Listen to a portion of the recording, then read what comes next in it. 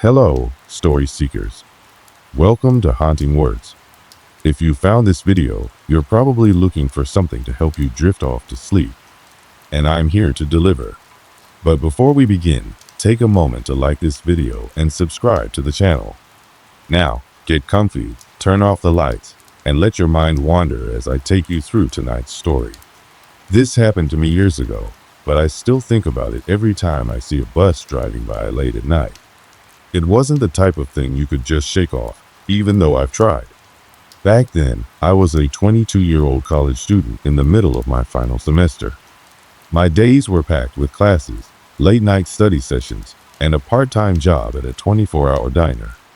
Life was busy but predictable, the kind of routine that made you feel safe, like nothing strange or extraordinary could ever disrupt it.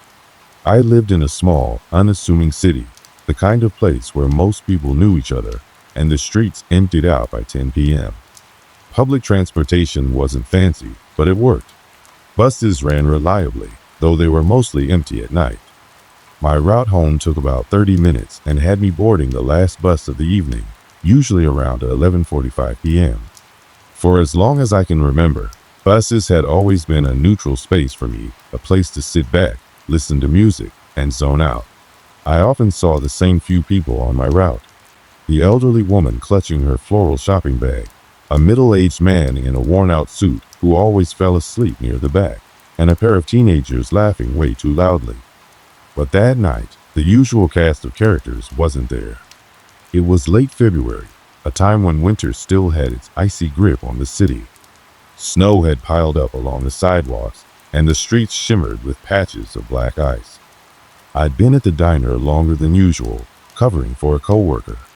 By the time I left, the chill had settled deep into my bones. My scarf was wrapped tightly around my neck, and my gloved hands clutched a to-go cup of hot chocolate from the diner. I made my way to the bus stop, which was illuminated by a single flickering streetlight. It was one of those nights where the air felt strangely heavy, the kind of weight you can't explain but can't ignore either. I remember checking my watch, 11:43 p.m., right on time. The bus pulled up, its headlights cutting through the darkness, and I climbed aboard, relieved to escape the cold. The driver, a man I'd seen before but never spoken to, gave me a quick nod.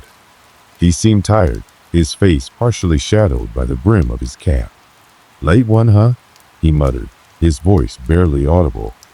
I nodded back, not in the mood for conversation, and found a seat near the middle of the bus.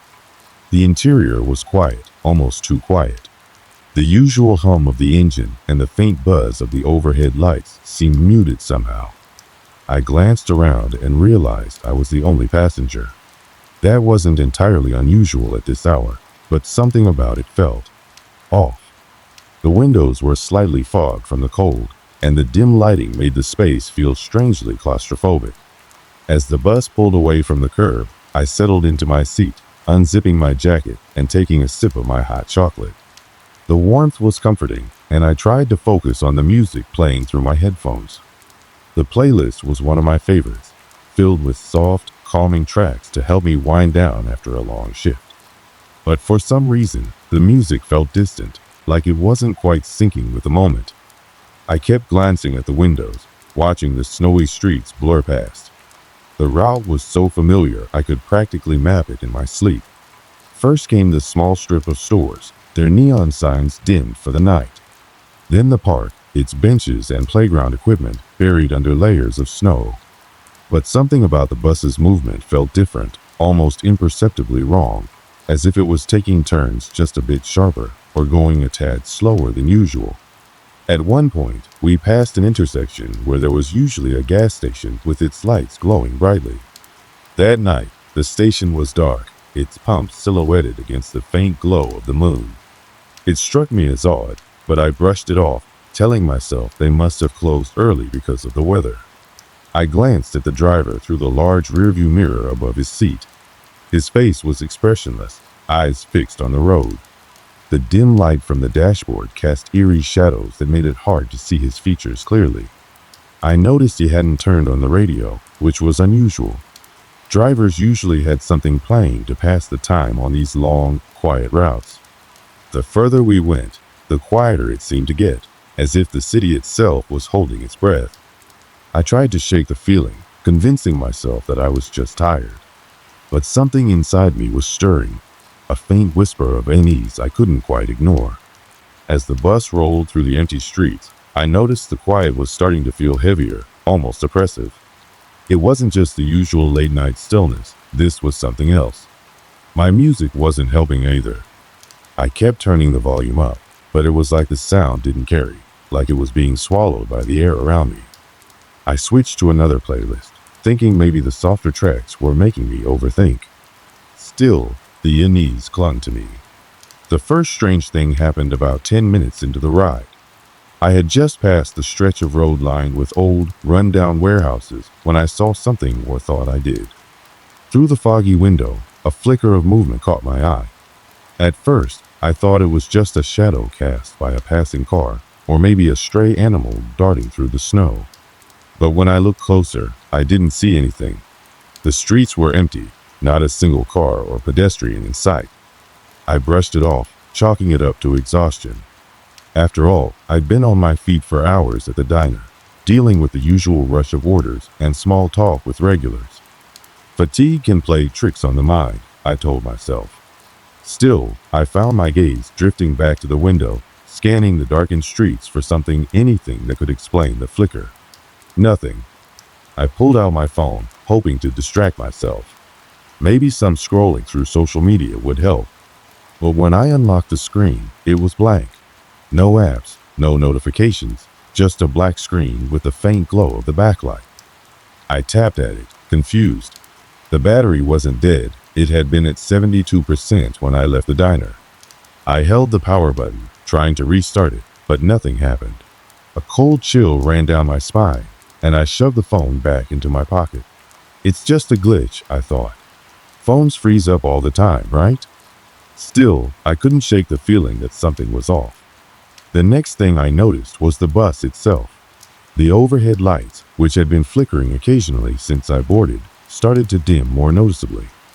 It wasn't a full blackout, but the lights seemed to pulse, growing weaker with each flicker. I glanced up at them, then back toward the driver. He didn't seem to notice or care. That's when I realized I hadn't heard the sound of the engine in a while. Usually, there's a low, constant hum in the background, a kind of white noise you don't even think about until it's gone. But now, it was silent, like the bus was gliding along on air. I leaned into the aisle, trying to catch a glimpse of the dashboard, but from my angle, I couldn't see much. "Hey," I called out, my voice sounding strange in the stillness. The driver didn't react.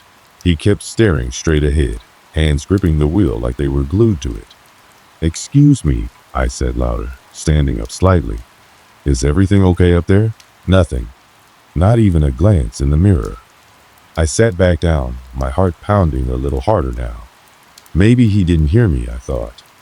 But that didn't make sense. There was no one else on the bus, no noise to drown out my voice. I looked out the window again, trying to ground myself. We were passing through a residential area now, rows of small houses with snow-covered roofs. Only, something was wrong. The houses looked identical, down to the smallest detail, the shape of the chimneys, the angle of the driveways, even the placement of the porch lights. It was like we were driving past the same house over and over again. I blinked hard, thinking my tired eyes were playing tricks on me. I pressed my forehead against the cold glass, squinting to see if the next house would be different. But it wasn't. The same house, the same porch light, the same snow-covered steps. My stomach tightened, and my hands gripped the edge of the seat. What the hell is going on? I muttered to myself. I turned back toward the front of the bus, hoping to catch the driver's attention again. But when I looked at the mirror, I froze. His face, it wasn't there. The mirror reflected the empty road ahead, the dim interior of the bus, but not the driver.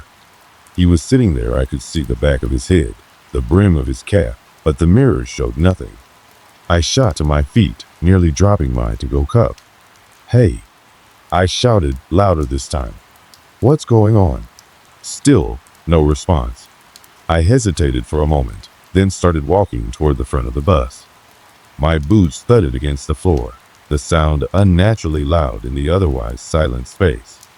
As I approached, the air seemed to grow colder.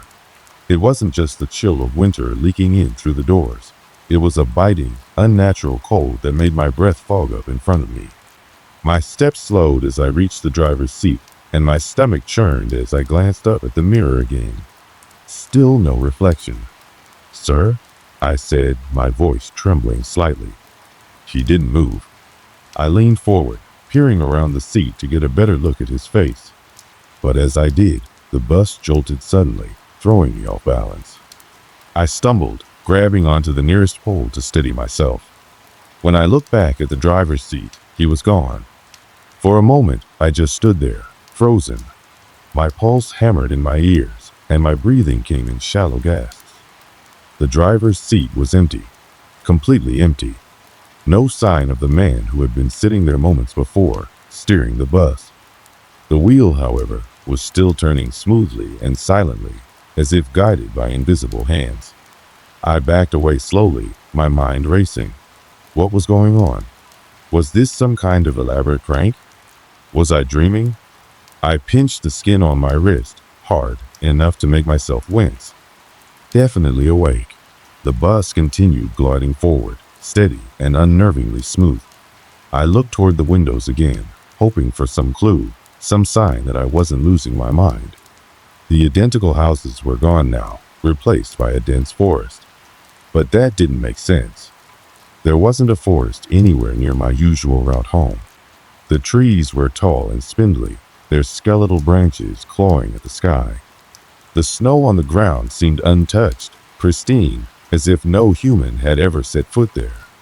I moved back to my seat, gripping the headrest for balance as the bus swayed slightly. The air felt heavier now, pressing against my chest. It smelled different, too damp and earthy, like wet soil and decaying leaves. My fingers trembled as I reached for my phone, hoping it had somehow fixed itself. Still nothing. The screen remained black, unresponsive. "Hello?" I called out, my voice cracking. "Is anyone here?" The silence that answered me was almost deafening. Even the faint hum of the bus had disappeared entirely. It was like the vehicle was floating, cutting through an otherworldly void. I couldn't just sit there. I needed answers. Clenching my fists to stop them from shaking, I made my way back toward the front of the bus. The driver's seat was still empty, and the wheels still moved as if guided by an invisible force. I hesitated, then leaned over the seat to look at the dashboard. The instruments were dark, no speedometer, no fuel gauge, nothing. The controls were lifeless. "Okay," I whispered to myself, trying to steady my nerves. "Think, just think." I turned and scanned the bus. The rows of seats stretched out in eerie stillness. But something caught my eye, a figure at the very back. My breath hitched. It hadn't been there before. The figure was seated, slouched slightly forward, its head bowed. It was hard to make out any details, but its outline was unmistakable. My mouth went dry, and I took an involuntary step back, bumping into the driver's seat. "Hey," I called out, my voice shaking. "Who are you? What are you doing here?" The figure didn't move. I stared at it, my heart pounding in my chest. It wasn't just sitting there like a normal person. It was utterly still, almost unnaturally so, as if it wasn't breathing. "Answer me," I shouted, my fear quickly turning into frustration. Slowly, agonizingly slowly, the figure began to move. It lifted its head, but where I should have seen a face, there was only darkness. A void. No eyes, no mouth, just an inky blackness that seemed to absorb the dim light around it. I stumbled back, tripping over my own feet and falling into one of the seats. The figure stood now, its movements unnervingly smooth, like it was gliding rather than stepping. I scrambled to my feet and bolted toward the middle of the bus, putting as much distance as I could between me and whatever that thing was. My breath came in short, panicked gasps as I gripped the pole for support. The figure didn't follow. Instead, it stood there, its head cocked slightly to the side, as if watching me. I couldn't stay on the bus. I needed to get out now. I rushed to the doors, slamming my fists against the glass. "Open!" I shouted. "Let me out!" The doors didn't budge. They remained firmly shut, mocking me with their immobility. I searched frantically for an emergency exit, my eyes darting to the windows. But the glass looked thicker than usual, almost reinforced, and there were no handles or latches in sight. Behind me, the figure began to move again. I whirled around, pressing myself against the door. It was walking now, its steps slow and deliberate. Each movement seemed to echo through the bus, even though there was no sound. "Stay back," I shouted, holding up my hands as if that would stop it. It didn't listen. The figure stopped a few feet away from me, its faceless head tilted slightly upward. For a moment, neither of us moved. I could feel the cold emanating from it, seeping into my skin like a winter chill. Then, without warning, the lights flickered violently, plunging the bus into near darkness. When they came back on, the figure was gone. I looked around frantically, my heart racing. Where did it go? A low, guttural sound filled the air, sending a shiver down my spine. It wasn't coming from the bus. It was coming from the forest outside. I turned back to the window, and my blood ran cold. Shapes were moving between the trees' dark, shadowy figures that seemed to melt in and out of the shadows. Their movements were erratic, almost animalistic, but they were definitely watching the bus. I clutched the pole tighter, my knuckles turning white. The air felt even heavier now, pressing against my chest like an invisible weight. My mind raced as I tried to make sense of what was happening. Was this some kind of hallucination? Had I fallen asleep on the bus and started dreaming? But it felt too real.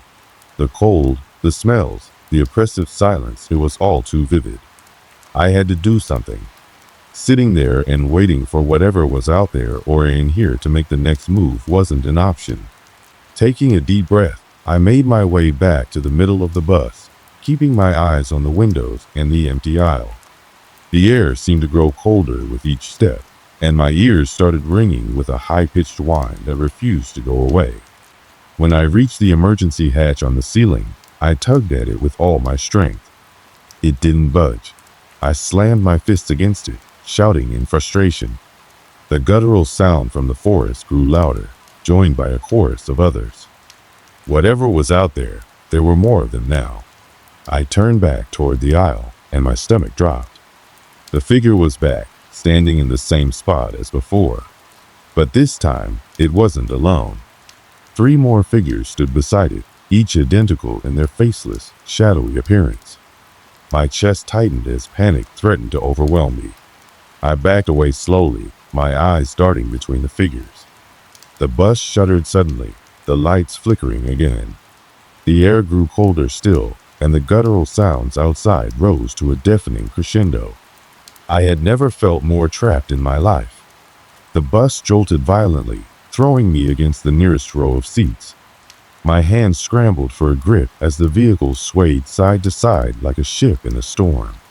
The flickering lights bathed the interior in a strobe-like glow, casting shadows that danced across the walls. The figures in the aisle stood motionless, their dark, faceless forms seeming to grow taller, more menacing, with each passing second. A sudden, piercing sound filled the air, a shrill, grating noise that felt like it was tearing through my skull.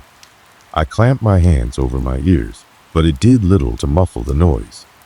My knees buckled, and I fell to the floor, my heart hammering so hard it felt like it might burst from my chest.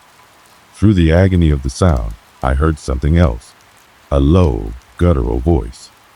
It wasn't coming from the figures in the aisle or the shadows outside. It seemed to come from everywhere and nowhere at once, resonating deep within the bus. "Why are you here?" the voice demanded, each word reverberating through the air like a physical force. I looked up, my vision swimming from the pain. The figures in the aisle had moved closer, their faceless heads tilted downward as if they were staring directly at me. I don't know," I stammered, my voice trembling. "I didn't mean to please, just let me go." The voice didn't respond immediately. The oppressive silence that followed was almost worse than the noise. The bus had stopped moving altogether now, and the windows were no longer showing the forest. Instead, an impenetrable darkness pressed against the glass, swallowing any trace of the outside world. The figures began to move again, this time stepping closer in unison. Their movements were slow, deliberate, and utterly silent. "Stop!" I shouted, scrambling backward on the floor. "Stay away from me!" My back hit the edge of a seat, and I clung to it, my entire body trembling. The figures halted, but their faceless heads remained fixed on me. The voice spoke again, its tone even deeper and more menacing than before. "You don't belong here." "I know," I cried, tears streaming down my face.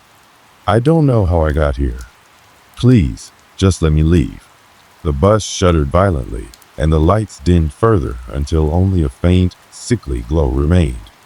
The air grew colder, and I could see my breath misting in front of me. One of the figures stepped forward, raising what appeared to be an arm. Its form seemed to ripple, as if it weren't entirely solid. The arm stretched unnaturally long, reaching toward me. "No!" I screamed, kicking out in desperation. My foot went right through the figure's arm as though it were made of smoke, but the cold that followed was bone deep, sending a jolt of pain through my leg. The figure recoiled slightly, but the others stepped closer. The oppressive weight in the air made it hard to breathe, and my vision began to blur. And then the bus changed again. The windows lit up with blinding light, and the oppressive darkness was replaced by a searing brightness that made me shield my eyes. The figures hissed a high-pitched, almost inhuman sound and retreated toward the back of the bus. I lowered my hands cautiously, squinting against the light. Outside the windows, I could see something. It wasn't the forest or the rows of identical houses from before. It was a vast, endless expanse of white, like an empty void. The voice spoke again, but this time it wasn't as deep or menacing. It sounded almost sad. "You shouldn't have come," it said, softer now, but still resonating in the air around me. "I didn't mean to," I shouted, my voice cracking. "I just got on the bus like I always do." "I don't know what's happening." The figures in the aisle began to dissolve, their forms breaking apart like ash caught in the wind. The oppressive cold lifted slightly, and I could feel my body relaxing, though the fear remained. The bus lurched forward suddenly, and I was thrown against the seat again. The blinding light outside the windows began to shift, turning into streaks of color that swirled and twisted. It felt like the bus was moving faster than ever, hurtling through some unknown dimension. I gripped the edge of the seat, my knuckles white, as the voice spoke one final time. "You are not meant to see. Leave and never return." The streaks of light outside the windows grew brighter and brighter until they were all I could see. The noise returned, a deafening roar that drowned out everything else. And then, just as suddenly as it began, it stopped. The bus jolted to a halt, and I was thrown forward onto the floor. For a moment, I lay there, gasping for breath, my ears ringing from the sudden silence. When I finally looked up, I was back. The familiar streets of my neighborhood stretched out before me, bathed in the soft glow of streetlights. The bus doors hissed open, and the cool night air rushed in. I stumbled to my feet, my legs shaking as I made my way to the door. I stepped out onto the sidewalk, my heart still pounding in my chest. When I turned back to look at the bus, it was already pulling away, its headlights cutting through the darkness. But the driver's seat was still empty. The cold night air wrapped around me as I stood frozen on the sidewalk, watching the bus disappear into the distance. My mind reeled, struggling to process what had just happened. Every detail, the faceless figures, the shifting dimensions, the ominous voice, felt etched into my memory, yet none of it made sense. I glanced around the street, seeking something familiar to ground me. The quiet hum of the streetlights, the faint rustle of leaves in the breeze, and the distant barking of a dog offered some semblance of normalcy. But it all felt wrong, like I didn't belong here anymore. The street was eerily empty, devoid of any cars or pedestrians. I checked my phone, hoping for reassurance. The screen lit up, showing the time. 11:47 p.m. It had been less than an hour since I boarded that bus. An hour? How could that be? It felt like I'd spent a lifetime trapped in that nightmare. My legs trembled beneath me, and I stumbled toward a nearby bench, collapsing onto it. My breathing was shallow, my chest tight. As I sat there, trying to regain my composure, I noticed something odd. My hands were trembling not from the cold, but from something deeper. The faint outline of a dark smudge ran along my palms and fingers, as if the touch of those shadowy figures had left a mark. I rubbed my hands against my jeans, desperate to erase the reminder, but it wouldn't come off. For the first time in what felt like forever, I allowed myself to think clearly. What had happened on that bus wasn't just strange or eerie, it was impossible. My logical mind screamed for answers, but there were none to be found. I needed help. Reaching for my phone, I considered calling anyone, but who could I call? Who would believe me? A friend? The police? No one would understand, and even if they did, what could they do? The thought of explaining the events made my chest tighten further. I was on a bus, but there was no driver, and these figures. The words sounded ridiculous, even in my own head. I needed to see the bus again, needed to know it wasn't just some figment of my imagination. Forcing myself to stand, I walked toward the nearest intersection, scanning the road for any sign of the vehicle. My heart sank when I realized it was gone, vanished, as if it had never existed. The distant hum of a passing car jolted me back to reality. A sedan cruised by, its headlights momentarily blinding me. Real people, I thought. Real cars, real streets. Maybe I was losing my mind. Yet, as I walked home, every shadow seemed darker, every sound sharper. I felt eyes on me, though no one was there. The quiet had a weight to it, pressing against my ears and making my skin crawl. When I finally reached my apartment, I locked the door behind me, double-checking the deadbolt. The familiar space offered little comfort. The silence inside was stifling, the walls seeming to close in. I flicked on every light, but the shadows in the corners seemed to shift just out of sight. I sat on the edge of my bed, staring at the floor, trying to shake the unease. Sleep was impossible, but exhaustion weighed heavy on my body. I lay back, fully clothed, my eyes fixed on the ceiling. The night dragged on. Every time I closed my eyes, I was back on the bus. The faceless figures, the voice, the suffocating darkness, it all replayed in my mind like a looping nightmare. I woke several times, drenched in sweat, the phantom sound of that guttural voice echoing in my ears. When morning finally came, the pale light filtering through the blinds did little to ease my anxiety. I needed to talk to someone, anyone. I decided to head to the transit station, hoping to find information about the bus route. Maybe it was just a late-night service I'd never noticed before. Maybe there was a logical explanation after all. The clerk at the station looked up as I approached, her expression bored. "Can I help you?" she asked, her voice flat. I hesitated, unsure how much to say. Yeah. I took a bus last night around 11 p.m. I faltered, realizing I didn't know the number. She raised an eyebrow. "You don't know the route?" "It was heading west," I said quickly. "It picked me up near 3rd and Elm." She frowned, typing on her keyboard.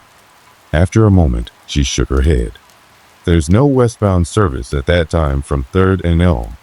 Closest route ends at 10:45 p.m. A cold chill ran down my spine. "Are you sure?" "Positive," she replied, giving me a pointed look. "You might have been mistaken. Could have been a private shuttle or something." I thanked her and left, my thoughts racing. If the bus wasn't part of the city's transit system, then where had it come from? The rest of the day passed in a haze. I avoided public transportation entirely, opting to walk wherever I needed to go. Every time I passed a bus stop, my stomach churned, and my eyes darted nervously, half expecting to see that empty vehicle again. By nightfall, I was back in my apartment, doors locked, windows shut tight. I sat at my desk, scrolling through forums and websites, searching for anything that might explain what I'd experienced. To my surprise, I found several accounts from people describing eerily similar incidents, stories of empty buses, shadowy figures, and strange voices. The details varied, but the core elements were always the same. Some claimed the bus was a gateway to another dimension, others said it was a trap for lost souls. None of the explanations satisfied me. All I knew was that I wasn't alone in my experience, and that was both comforting and terrifying. The days turned into weeks, and the marks on my hands faded, though the memories remained vivid. I avoided buses altogether, sticking to walking or carpooling. Life returned to a semblance of normalcy, but the fear lingered. I'd glance over my shoulder in empty streets, double-check every lock, and leave lights on at night. And sometimes, late at night, I'd hear the faint hiss of air brakes, the low hum of an engine. I'd freeze, my heart pounding, waiting for the sound to pass. But I never saw the bus again. I've tried to move on, to forget. The world has continued turning, the days slipping by as I go through the motions of a life that feels somehow less real than before. But the bus, those dark figures, and the voice, they stay with me. Every shadow at the corner of my eye, every odd sound on a quiet night, it brings me back to that moment. To that place between reality and something else, something far darker. I don't know what happened that night. I can't explain it. But I do know this. I will never be the same. I can't unsee what I saw, and I can't ignore what I felt. Sometimes, I wonder if I was simply in the wrong place at the wrong time, or if something far more sinister is at play, something that, despite how much I wish to forget, I can't escape. It's strange, the way your mind works to protect you. After the incident, I would catch myself trying to convince myself that it wasn't real, that I had imagined the whole thing, that it was all some sort of nightmare or sleepwalking episode. But deep down, I know better. I know what I saw, what I heard, and no amount of reasoning can erase it. There are nights when I lie in bed, staring at the ceiling, and I hear that faint hiss again, the sound of a bus braking. It always feels too close, too real, like it's right outside my window. Every time I hear it, my heart stops. I freeze. I wait. But when I gather the courage to get up and look out, there's nothing there. No bus. No strange figures. Just the quiet emptiness of the night. Somewhere inside me, there's a lingering hope. A hope that maybe, just maybe, it was all in my head, that it was some kind of waking dream, or a twisted manifestation of my stress, my fears. But then there are days, like today, when I walk past a bus stop, and I swear I can feel eyes on me. I'll glance over my shoulder, half expecting to see that same empty bus pulling up, its doors creaking open. But I never do. At least, not yet. I've stopped trying to make sense of it. After all, what's the point? Some things are beyond explanation, beyond our understanding. I'm just a man who was in the wrong place at the wrong time. A man who meant something. Something not meant for this world. I think of the people I've tried to tell, the few I trust, the ones who've been kind enough to listen. Their eyes are sympathetic, but distant. They want to help, to offer solutions, to tell me it was just a dream or a glitch in the system. But how can they understand? How can anyone understand unless they've seen it too? And so, I've kept it to myself. I've kept the memory locked away, hidden beneath the layers of my everyday life. I've moved to a new city, hoping a fresh start would help me leave the past behind. But some things are harder to shake than others. The bus, the figures, the voice, they've all stayed with me, lurking just below the surface. I can't escape them, but I've learned to live with them. Sometimes, I think they've forgotten about me. Maybe they've moved on to someone else, someone who's just as vulnerable as I was. Other times, I feel like I'm just waiting for the day when I'll hear that hiss again, feel the cold brush of those faceless figures at my side, and be pulled back into that terrible dimension. Maybe I'll never truly escape it. Maybe we never really escape anything, do we? The past has a way of following us, waiting for the right moment to resurface. And when it does, we're never ready. I don't know if the bus will come for me again. I don't know if it's just a part of me now, a part of my story that I can never fully shake. But I do know this. I'm not the same man I was before. Something in me has shifted, and I don't think I'll ever be able to look at the world the same way again. If you ever find yourself waiting at a bus stop late at night, take a moment to look around. Pay attention to the shadows, to the strange feeling that might creep over you. Listen for the sounds, the whispers of something just out of reach. If you hear a bus coming, take a deep breath. Look inside, but don't get on. You might never come back.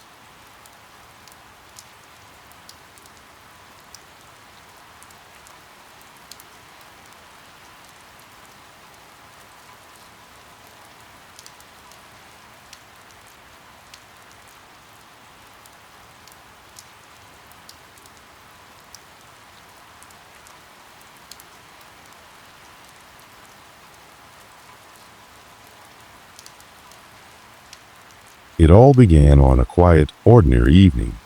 I was a man in my mid-30s, living in a small suburban town that was peaceful to the point of being forgettable.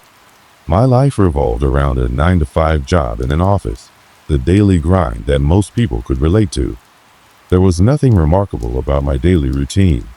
I would wake up, grab a cup of coffee, get dressed in the usual work attire, dress shirt, pants, and tie, and head out the door. Evenings were spent in front of the TV or scrolling aimlessly through social media. The small joys of life were simple, and to me, that was just fine. A few weeks before this strange experience, I had made a decision to break from the monotony. I'd been hearing about this remote town out in the country, an old, forgotten place that had once been a thriving community, but had slowly faded away over the years. Curious, I looked it up. The place had always intrigued me. An abandoned settlement, overgrown with nature, left to the elements, but still drawing adventurers, photographers, and even the occasional urban explorer. So, one weekend, I decided to make the trip. I thought it would be a good change of pace, nothing too crazy, just a nice drive out to the country for a little sightseeing. I wasn't looking for anything beyond a few hours of peace, just me and the open road. I wasn't expecting anything out of the ordinary. It was a simple, straightforward plan. I wasn't alone though. A friend of mine, a fellow adventurer, had decided to join me. He wasn't quite as excited as I was, but he agreed to come along. We both had a love for exploring old, forgotten places, so we figured it would be an adventure worth having together. His name was Tom Tall, quiet, and an amateur photographer who'd spent most of his free time taking shots of old buildings, street art, and abandoned places. He'd been on trips to other small, obscure towns before, so he was no stranger to these types of journeys. The day we left was unremarkable. The sun was shining brightly, casting a soft glow over the rolling hills of the countryside as we drove down the narrow, winding road that led out of town. It was the kind of day where the air smelled fresh and everything felt calm. We had no reason to expect anything out of the ordinary. Tom sat next to me in the passenger seat, fiddling with his camera while I drove, occasionally glancing at the GPS on my phone. The road we were on was one I'd never taken before, but with the help of my GPS, we were sure we wouldn't get lost. As we ventured further into the countryside, the road became less and less familiar. We passed through small clusters of houses, some abandoned, others still in use. Fields of grass stretched for miles, occasionally interrupted by a small forest or a creek. It felt peaceful, almost serene, and I could tell Tom was enjoying the quiet. He had his camera ready, constantly snapping pictures of the landscape. He was always looking for that perfect shot, and there was something in the air that day that seemed to invite it. Eventually, as the road became more isolated and the town we were heading to drew near, we noticed something odd. The GPS map on my phone began to act up. At first, it was a small glitch, a slight delay in updating the directions. I thought little of it, assuming it was just a weak signal or a minor glitch in the app. But then the map froze entirely, and when it did update, it was as though it had changed completely. The town we were heading toward no longer appeared on the screen. In its place was an entirely different map, one I didn't recognize. At first, I didn't say anything to Tom. I was the one driving, and I figured it was just a technical error. I was used to GPS acting up every now and then, especially when you're out in the middle of nowhere, far from the usual network signals. But as the minutes ticked by, I started to feel a sense of unease. The app was still showing the same unfamiliar route, a winding path that I didn't recall, and the roads weren't matching up with the ones I was seeing outside the window. I tried pulling up my maps again, thinking it was just a glitch, but the map kept shifting. "Tom," I said, finally breaking the silence, "does this map look weird to you?" He glanced over at the screen. "Yeah, it does look strange. What happened to the town we were headed to?" "I don't know," I replied, my voice tinged with confusion. "I swear it showed the right route earlier, but now it's like everything's changed." Tom looked out the window. "Maybe the GPS is just off. We're in the middle of nowhere after all." I nodded, but a sinking feeling in my stomach told me something wasn't right. We continued driving, and I glanced back at the map every few minutes. The more I looked at it, the more the lines seemed to twist and bend in odd directions. It felt as though the road we were on didn't exist at all. The trees around us grew thicker, and the houses became fewer. The further we drove, the more isolated the landscape felt. And then, as if to confirm my growing sense of unease, the air around us began to change. What had been a warm, sunny day now felt colder, and the sunlight began to dim, casting strange shadows over the land.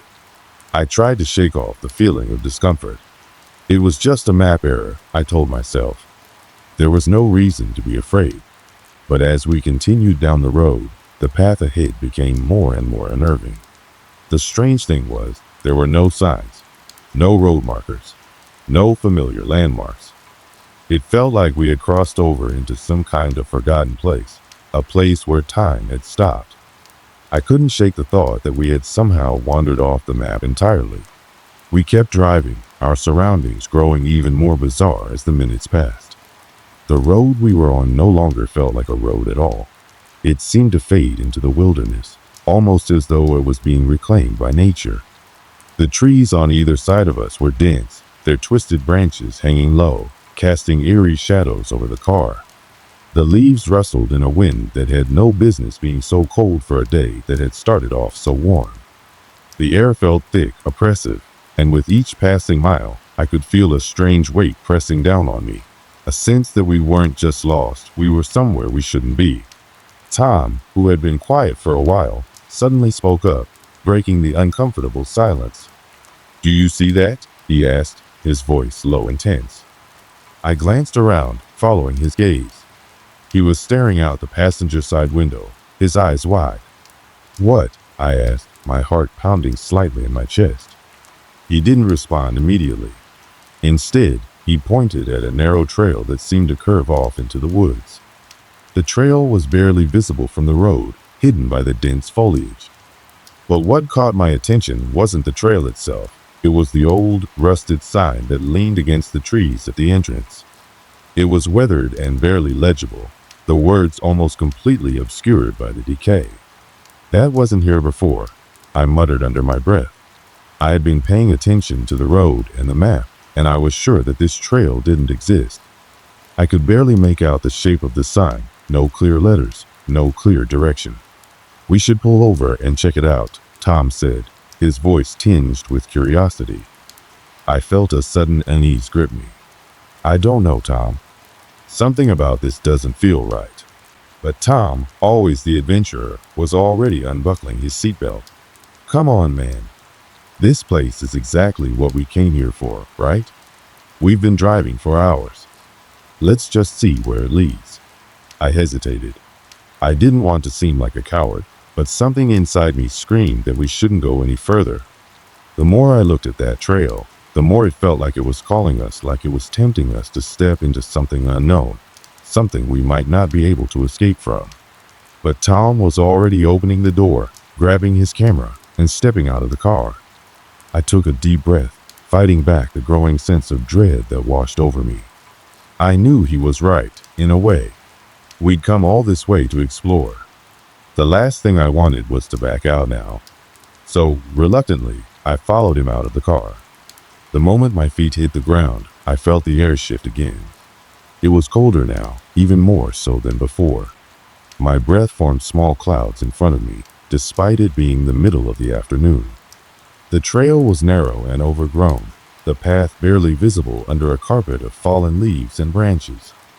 But we pressed on, our footsteps crunching in the quiet as we made our way deeper into the woods.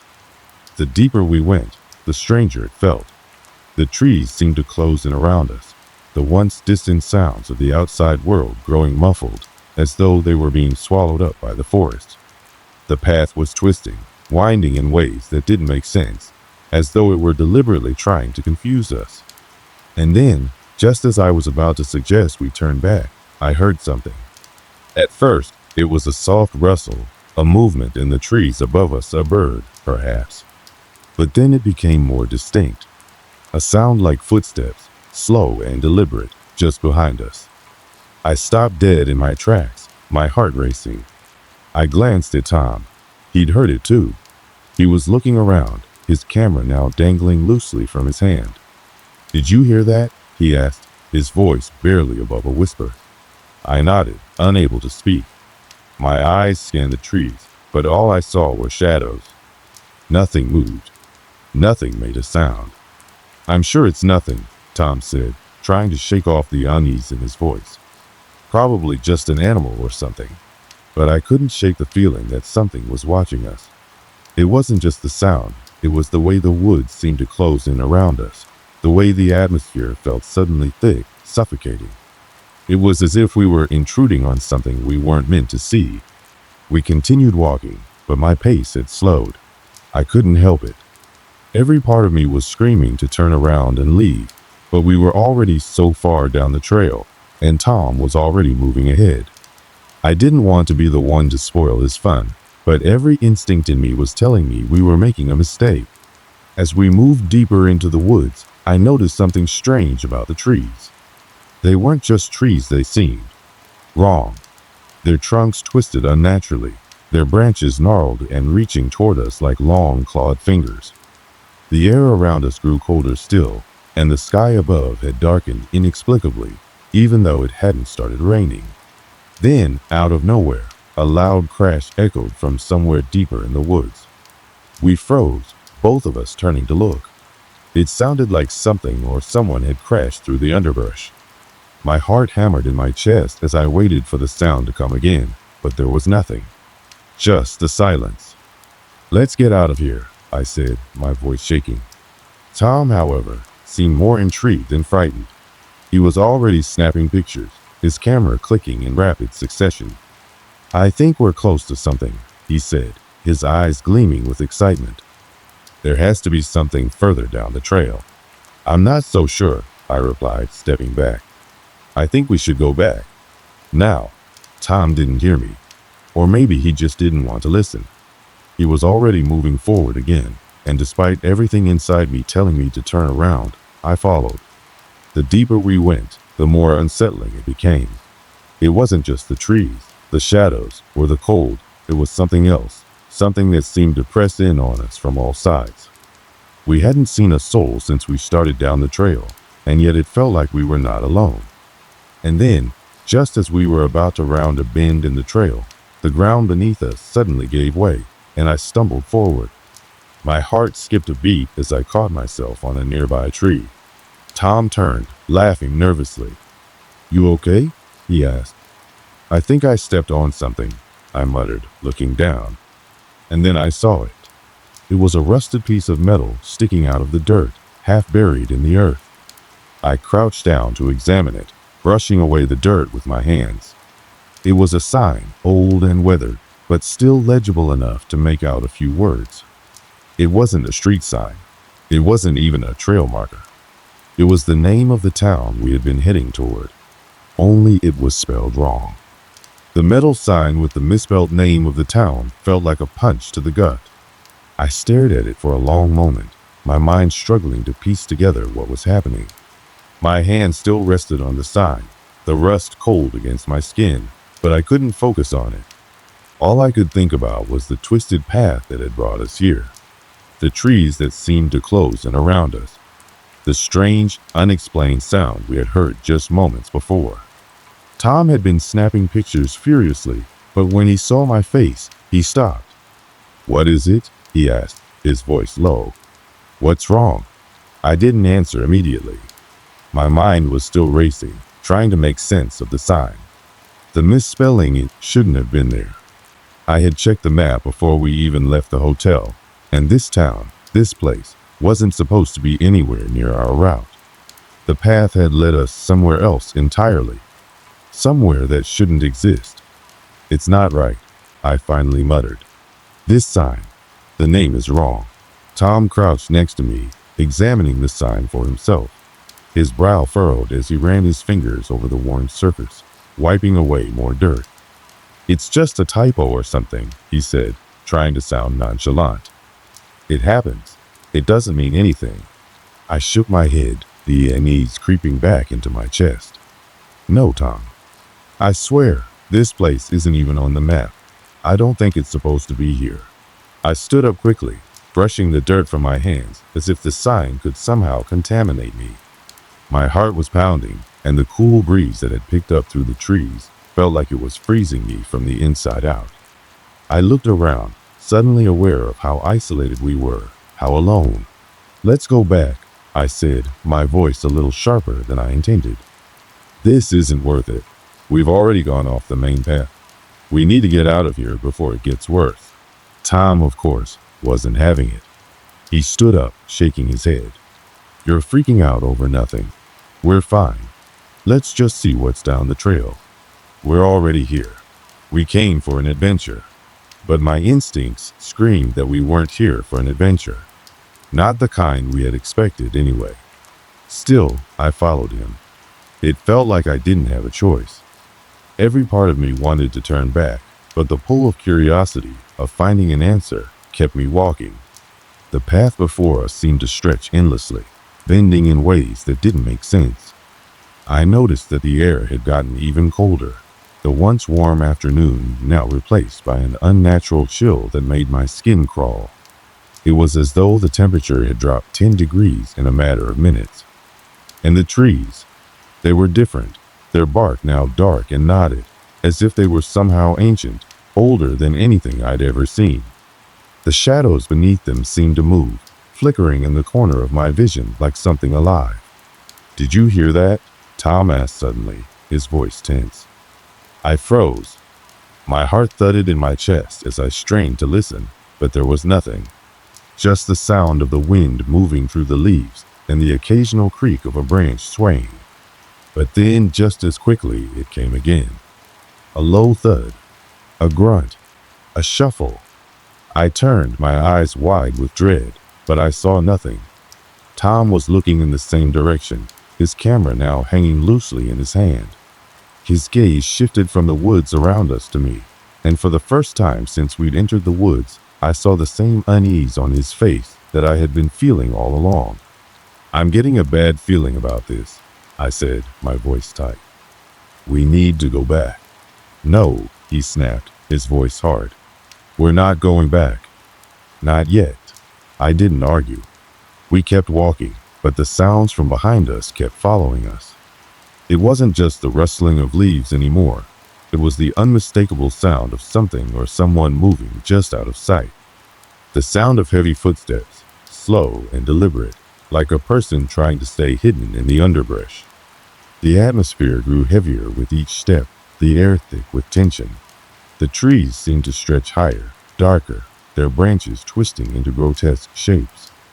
It felt like the forest was closing in around us, like it was alive, watching us, aware of our presence.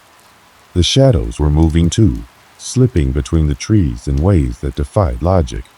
I could feel the weight of something unseen pressing against me, suffocating the air. Every muscle in my body screamed to run, but I couldn't move. It was as if the very ground beneath me had become an anchor, holding me in place. Tom didn't seem to feel the same way, though. He was moving ahead, the crunch of his boots on the forest floor growing more rapid as he quickened his pace. And then, out of nowhere, the air grew still. For a split second, everything stopped. No wind, no rustling leaves, no creaking branches, just a deafening silence. The hairs on the back of my neck stood on end, and I felt a chill run down my spine that had nothing to do with the temperature. Then the world around me seemed to tilt. A loud, horrifying crack echoed through the trees, a noise that sounded like it was coming from the very heart of the woods, from something ancient and powerful. The ground beneath my feet trembled as if something enormous had just moved, and then the darkness seemed to swallow everything. I reached out for Tom, but he was too far ahead, his figure barely visible in the growing shadows. I could feel my legs moving of their own accord, urging me forward, urging me to follow him. As I caught up to him, I saw it.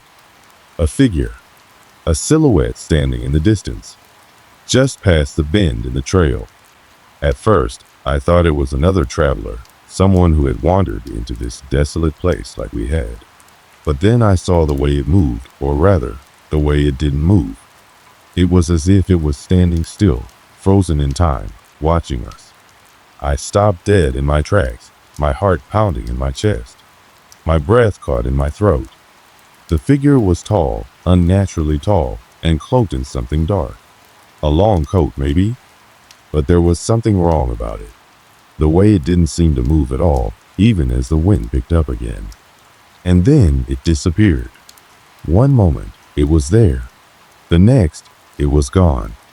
I glanced around in a panic, searching the woods for any sign of movement, any hint that the figure was still there.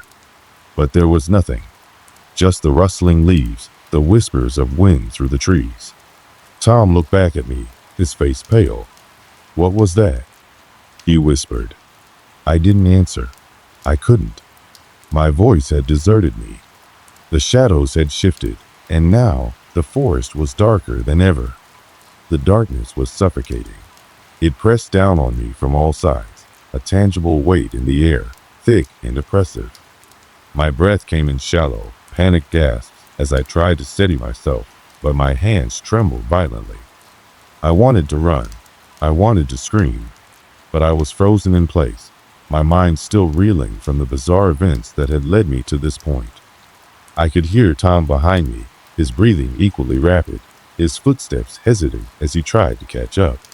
We had reached the edge of the clearing just moments ago, and the figure, whatever it was, had vanished as quickly as it had appeared. But it didn't matter. The feeling of being watched, of being hunted, had only grown stronger. I turned to face him, but before I could speak, I heard it. A faint rustling sound, distant but distinct, coming from deeper in the woods. It was subtle at first, almost like the whisper of branches brushing against each other. But then it grew louder and more deliberate. The unmistakable sound of something moving through the underbrush, something too large to be an animal. I looked at Tom, my eyes wide with terror.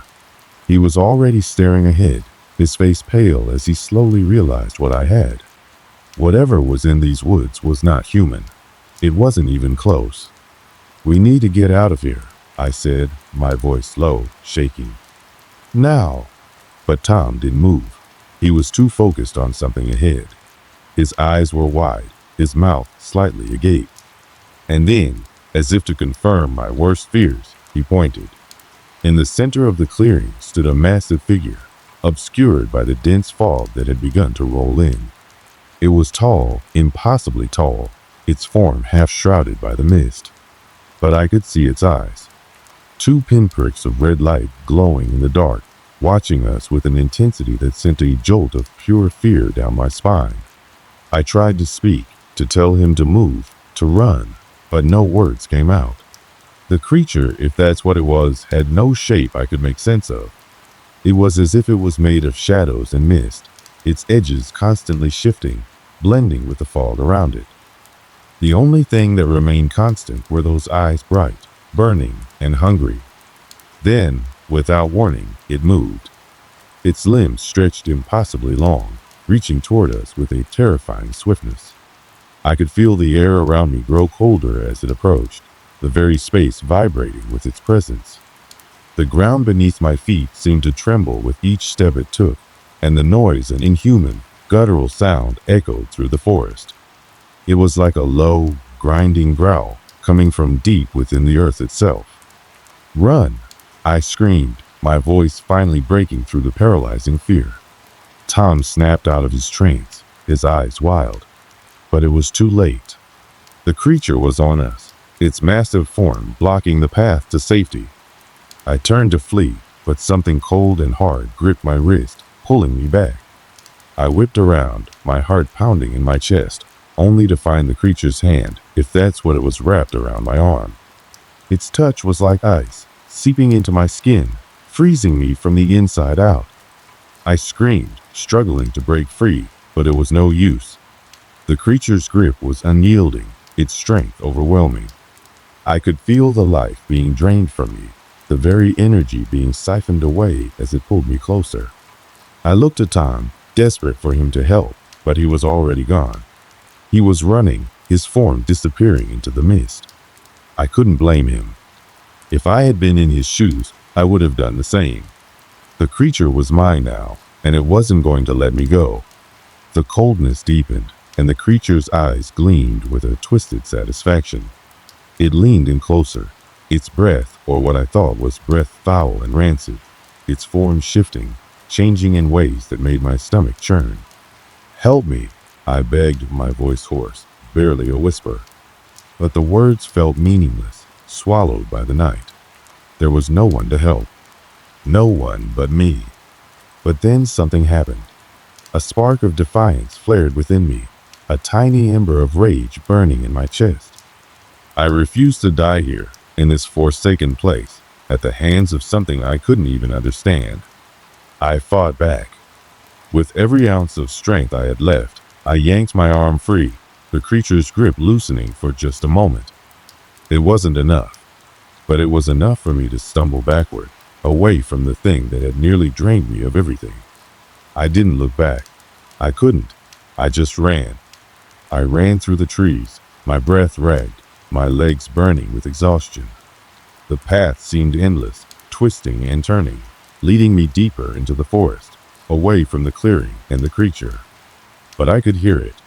I could hear its growls, its pursuit, its footfalls getting closer, faster. It wasn't going to stop. I didn't know how long I ran, but it felt like hours. My lungs burned, my body screamed for rest, but I couldn't stop. Not until I was out of this hell. Finally, after what felt like an eternity, I broke through the trees and into an open field.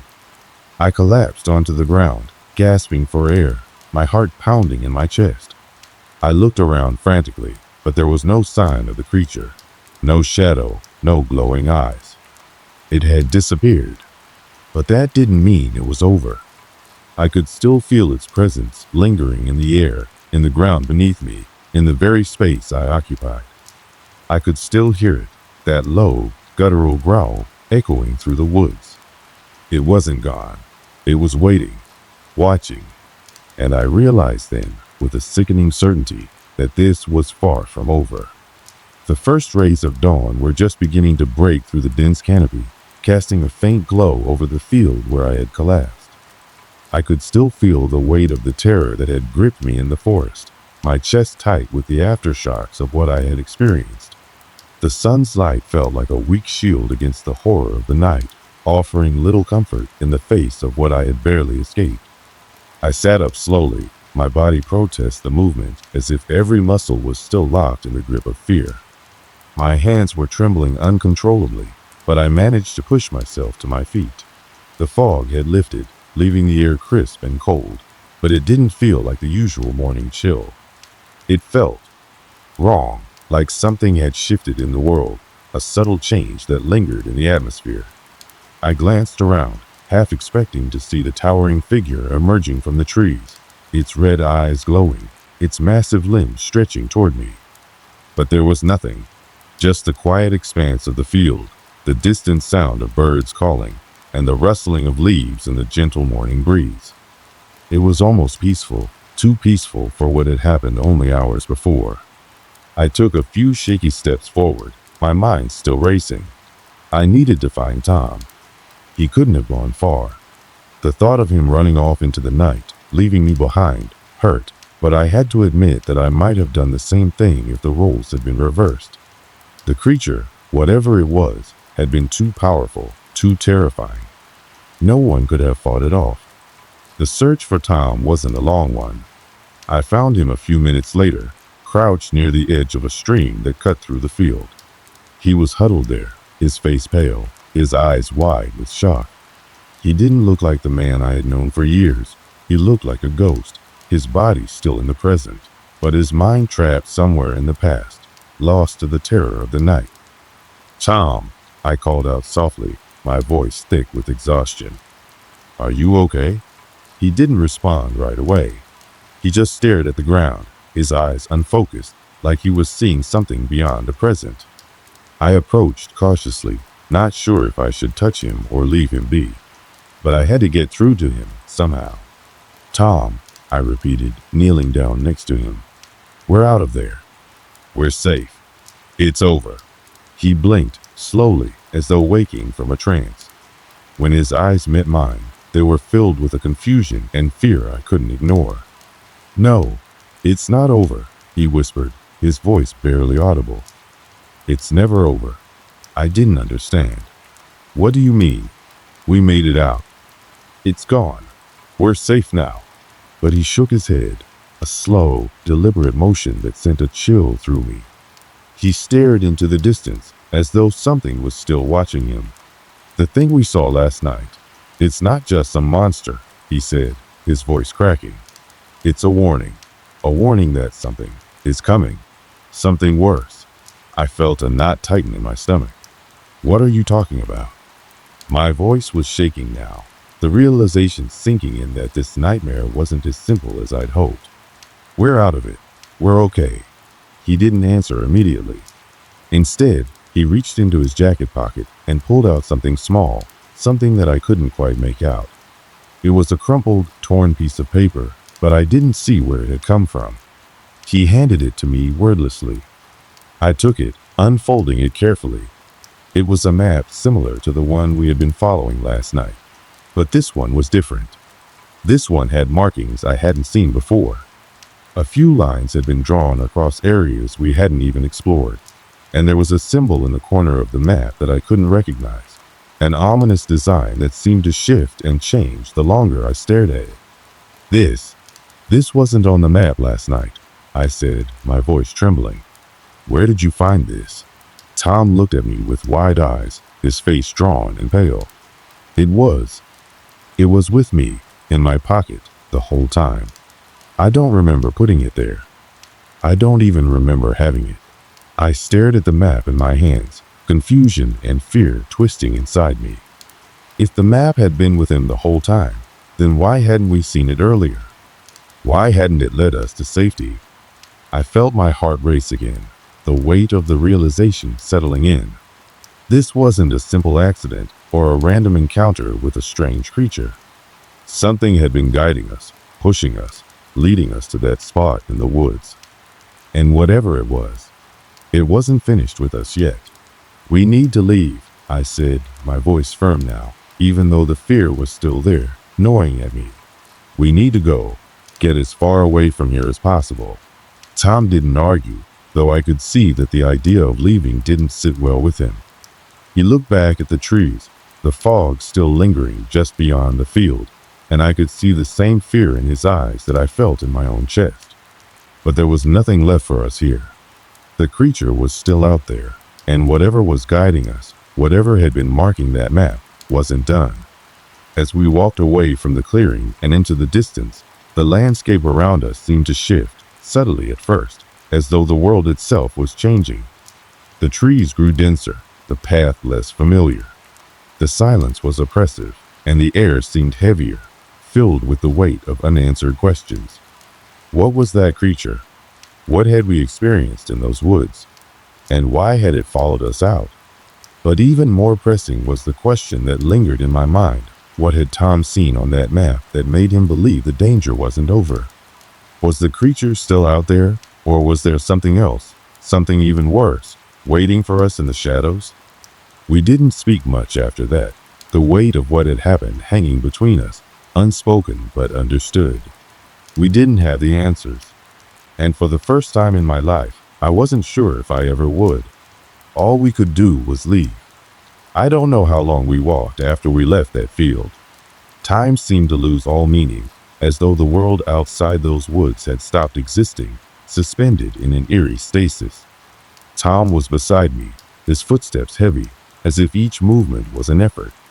We had made our way through the brush, heading towards what I hoped was civilization, but the landscape around us felt wrong, twisted, like we were still trapped in the aftermath of whatever had occurred the night before. The road that we finally stumbled upon wasn't the one I remembered from the map. It wasn't paved or lined with houses, and the trees on either side seemed to press closer together as though they were closing us in. Everything about it felt unnatural, like we were walking on a path that wasn't meant for us to be on. But at the same time, there was no turning back now. We had to keep moving forward. The silence between us had grown thick, but neither of us seemed to know how to break it. Tom's hands were shaking again, his fingers twitching as though they were grasping for something, anything to hold on to. I had seen that look in his eyes before, a kind of fragile determination that could only come from having faced something unspeakable and survived. But there was something different now, something colder about the way he moved. It was as if the terror we had encountered had seeped into him, and there was no escaping it. After what felt like hours, we found a small, run-down town on the outskirts of the forest. The buildings were old, with peeling paint and broken windows, and the streets were deserted. A faint, bitter taste lingered in the air, as though something had been left behind in the wake of an event too terrible to describe. We didn't even speak to anyone as we passed through. The town felt empty, as though the people who lived there had vanished overnight. Finally, we found a small gas station at the edge of the town.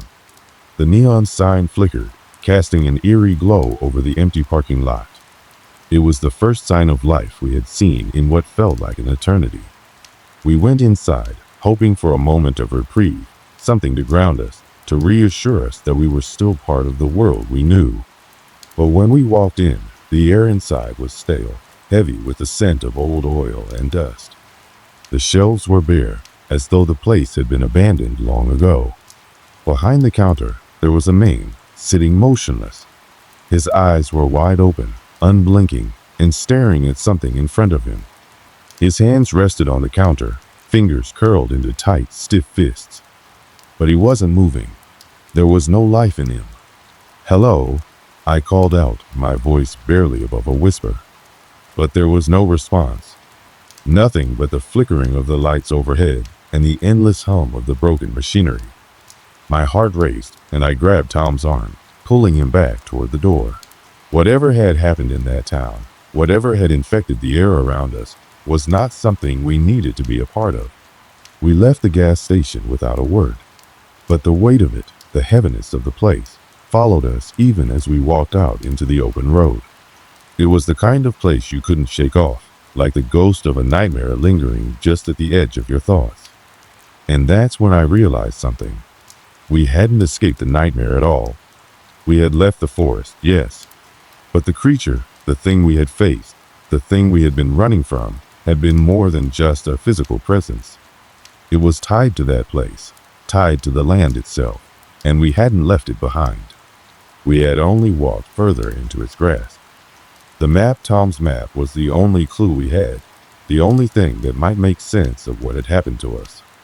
But even now, as we walked, I couldn't shake the feeling that we were still being guided by it, as though we were part of some larger design, some force we could never fully understand. The last time I looked at Tom, his expression had changed. It was as if he knew what I was thinking, as though he had come to the same grim realization. The terror in his eyes had shifted to something else, something darker, more resigned. "There's no escaping this," he said, his voice flat. "Whatever we saw in those woods, whatever we did, it's not over. It's never going to be over." I didn't want to believe him.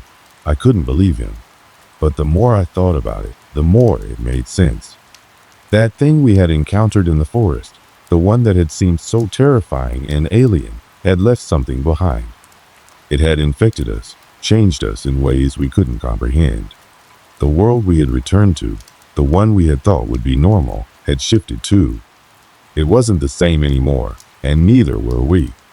The further we walked, the more I realized how little we understood about what had happened to us. The maps, the creature, the strange town, it all felt like part of some intricate puzzle we could never hope to solve. We had stumbled upon something ancient, something that existed long before we did, and whatever it was had chosen us as part of its game. I felt Tom's gaze on me, and I knew that he was thinking the same thing. This was our new reality. There would be no more peaceful days, no more simple routines. We had been marked by something that would follow us, that would find us wherever we went. There was no escape. We had crossed into a different world, one that would never let us go. And as the sun set behind us, casting the world in a strange, haunting glow, I realized with a cold certainty that we weren't just running from something. We were running toward it. This was the beginning of something far worse than either of us could have imagined, and we would never be the same again.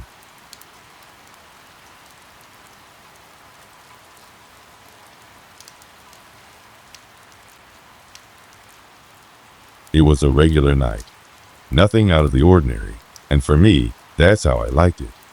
I was working late at the office, just another Tuesday night, nothing more. The building I worked in wasn't the newest on the block, but it had its charm. The floors were spacious, the hallways clean, and the elevators were the kind you'd expect in an older building, reliable, sturdy, and well used. I wasn't the only one left that night. Most of my colleagues had already headed home hours ago, but there were a few others still around, doing their thing in the quiet hum of the office. I couldn't really blame them. I'd spent my share of nights here as well. Late hours and overtime were nothing new, but that night felt different somehow. It started small, almost unnoticeable, but I felt the shift in the air the moment I stepped into the elevator to head down to the parking garage. You see, there are moments in life where you just know. You don't have to see or hear anything to feel it. You sense it in the way the world seems to slow down, just a little. Something is wrong, but it's not obvious enough for anyone else to notice. That's how it was that night. As the elevator doors slid closed and I pressed the button for the ground floor, I didn't think much of it. After all, I'd taken this elevator 100 times before. This was my routine. Get in, go down, and leave. But as the doors shut, something didn't feel right. The air inside the elevator felt heavier, thicker, like something was pressing down on me. I shifted uneasily, chalking it up to the exhaustion from the late hours. After all, my mind had a way of playing tricks on me when I was tired. So I stood there, letting the elevator start its descent, trying to shake off the strange feeling creeping up my spine. I was just about to pull out my phone, as I usually did during these rides, when I noticed something unusual. The elevator stopped. It wasn't a jolt or an abrupt halt. It just stopped midway between floors. I looked at the panel, expecting to see the ground floor lit up. But instead, I saw something I wasn't ready for, a button that had never been there before. It was glowing softly, just above the number for the ground floor, and it said, Floor 13. I frowned, confused. There was no floor 13 in this building. I'd worked here for years, and I knew the building layout like the back of my hand. The floors were numbered in a way that skipped from 12 straight to 14. It had been a point of contention among us office workers for as long as I could remember, but there was nothing above the 12th floor. No 13th floor. Ever. I pressed the button for the ground floor again, hoping that the elevator would just continue its normal path. But it didn't. It stood there, unmoving, the soft hum of the machinery, the only sound filling the air. The soft glow of the floor 13 button seemed to mock me, pulling my attention like an invisible force. I hesitated. Part of me wanted to hit the emergency button and ask the building's security if they could send someone up to check. But another part of me, the part that had never encountered anything strange or supernatural, told me it was probably just a glitch. Maybe a malfunction in the system. The building was old after all, a simple issue that would be fixed by morning. But as I stood there, I couldn't shake the feeling that something was wrong. I stared at the floor indicator, trying to convince myself to just ignore it. But the more I tried to dismiss it, the more my curiosity grew. I wanted to know what that button meant, what it led to, why it was there at all. Without thinking too much about it, I pressed it. The elevator groaned and shuddered, as though in protest. The soft light of the button flickered, and for a moment, I thought I might have made a huge mistake. But the doors didn't open. The elevator didn't suddenly shoot upward or fall down the shaft. It just continued its journey. A few moments later, the elevator doors slid open with a soft chime, and to my surprise, there was no parking garage in front of me. Instead, it was nothing. I wasn't staring at a floor I recognized or a hallway I knew. There were no walls, no lights, no windows. The elevator opened up to what looked like a vast, empty abyss, a black void that stretched as far as I could see. For a moment, I thought I might have gone insane. I stared at the empty space ahead, my pulse quickening as I wondered if the fatigue had finally caught up with me. I stepped forward, cautiously, but the floor beneath me felt solid. Yet, something wasn't right. The silence was overwhelming. The absence of anything, everything, was suffocating. I took a deep breath, trying to steady myself. "This is ridiculous," I muttered under my breath. "This is nothing. Just a glitch." But even as I said it, I felt a deep unease gnawing at me.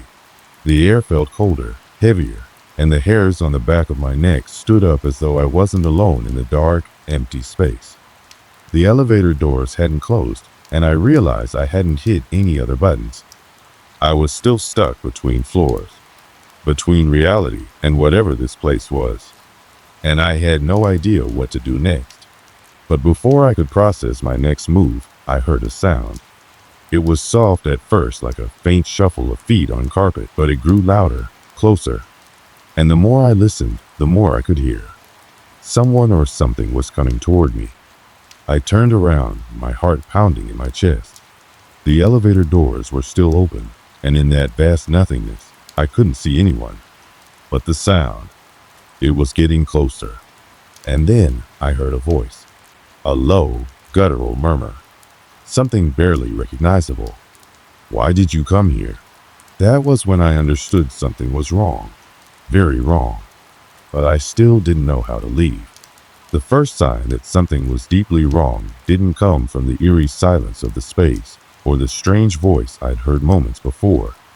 No, it wasn't the growing coldness that wrapped itself around me or the unexplainable feeling that I was being watched. It was something far more subtle, something I didn't notice at first, but in hindsight, it was the moment everything shifted. As I stood there, still frozen in place, I glanced back at the elevator. The door was still wide open, the soft hum of its mechanics, the only sound breaking the silence. The darkness beyond it felt like it was pressing in, like it wanted to swallow me whole. I took a step back, and that was when I saw it. The floor 13 button was no longer glowing. It wasn't just that it had stopped shining, it had vanished completely. The space where it had been was now just an empty patch of the elevator panel. For a split second, I thought I had imagined it after all. It was dark, and maybe my eyes were playing tricks on me. But no, there was no mistaking it. The button was gone. I felt a sharp twinge of panic in my chest.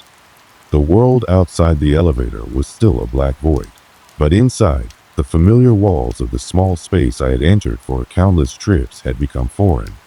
I pressed my hand to the cold metal panel, my heart beating fast, and looked again.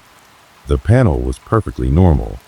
The floors, 1 through 12, were there, listed in neat rows. I reached forward, my fingers brushing over the spot where the floor 13 button had been just moments ago. My breath came in shallow bursts. The more I stared at it, the more unsettling it became. The whole thing felt wrong. I wasn't just experiencing a glitch in the system, I was dealing with something much stranger. I knew it, but I couldn't figure out how or why. Suddenly, the voice spoke again. "Why are you still here?" The words seemed to come from all around me, resonating deep within my chest. I froze, my entire body tense, heart racing as though I had just run a marathon. I hadn't heard any footsteps. There were no shadows moving in the dark, but the voice. It was unmistakable, unmistakably real. I slowly turned around, my mind screaming at me to leave, but my body paralyzed, unwilling to move. It was as though the elevator had become my prison. I peered into the darkness, straining my eyes, but all I could see was the same endless black void. The floors had stopped appearing on the panel, the numbers frozen. Only the darkness stared back at me, oppressive and all-encompassing. My hands were trembling, and I forced myself to breathe deeply, trying to clear my head. Maybe I had fallen asleep. Maybe I had hit my head or been drugged. There was a logical explanation for all of this. This wasn't real, it couldn't be. But then the elevator lights flickered, a momentary pulse of light that felt jarring in the vast nothingness. I glanced up at the ceiling, where a soft glow emitted from the fixture. The flickering lasted only a moment before everything returned to normal, but the brief disturbance sent a wave of dread through me. I pressed my palm to the panel again, checking for the floor 13 button. Nothing. I wanted to scream, but I couldn't. The fear that gripped my chest was choking, like something invisible was tightening around me. I backed away from the panel, trying to focus on the dim lighting above me, trying to anchor myself in reality. I had to be hallucinating, right? The voice came again, but this time it was closer. "I can feel you." I whirled around, my body shaking. The sound wasn't coming from a specific direction, but it was like it was inside my head, echoing in my ears. I stumbled backward, my foot hitting the edge of the elevator, and the wall seemed to close in on me. I reached for the emergency button, my finger brushing over the cold plastic, but nothing happened. There was no response, no mechanical whirring. The elevator didn't even register that I had pressed it. The air felt thick, dense, and the silence stretched too long. I could feel it now, the suffocating weight of the space I was in. It was as if the elevator wasn't just suspended in a building, but caught between worlds. Between what I knew and something else, something ancient and vast, lurking just beyond the edge of my perception. Then, as if by some cruel trick, the floor number flickered again, this time shifting. It wasn't the ground floor or any of the familiar floors. It was something new. Floor 13 flashed back on the panel. But it wasn't the same. This time, the number was red, pulsing in a strange, rhythmic beat like it was alive, waiting. I had no idea how to describe the feeling that washed over me. It was as though the elevator wasn't just an object anymore. It was a living, breathing thing, watching me, responding to my every move. Before I could process what was happening, the elevator jerked. It wasn't a smooth, gentle ride like I was used to. It was rough, a hard shake that rattled my bones and sent my stomach into my throat.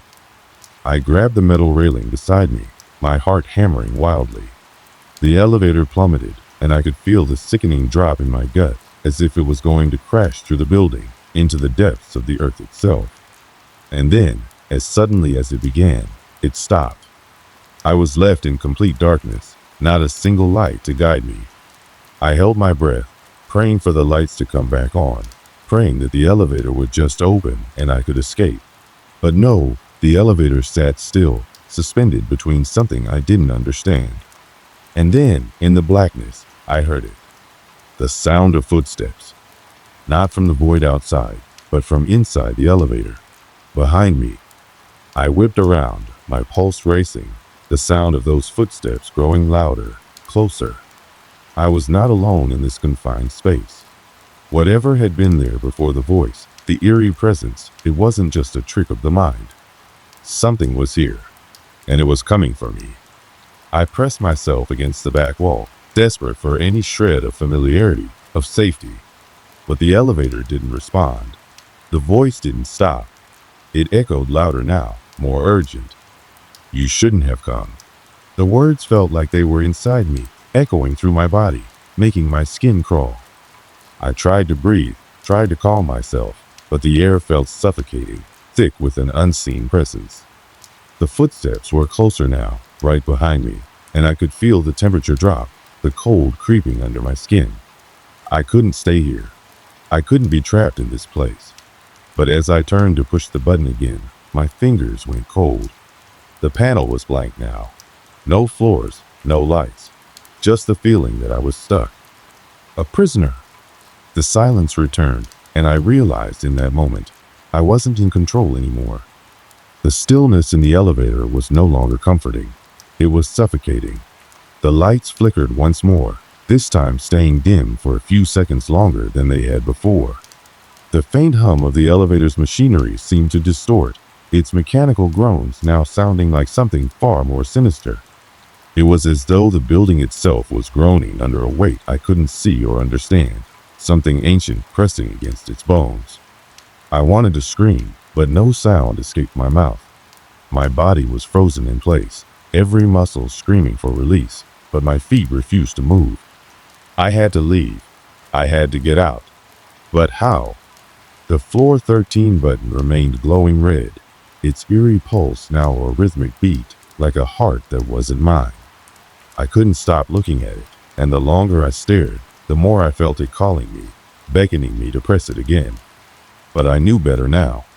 I had learned the hard way not to touch it. Still, the urge was powerful.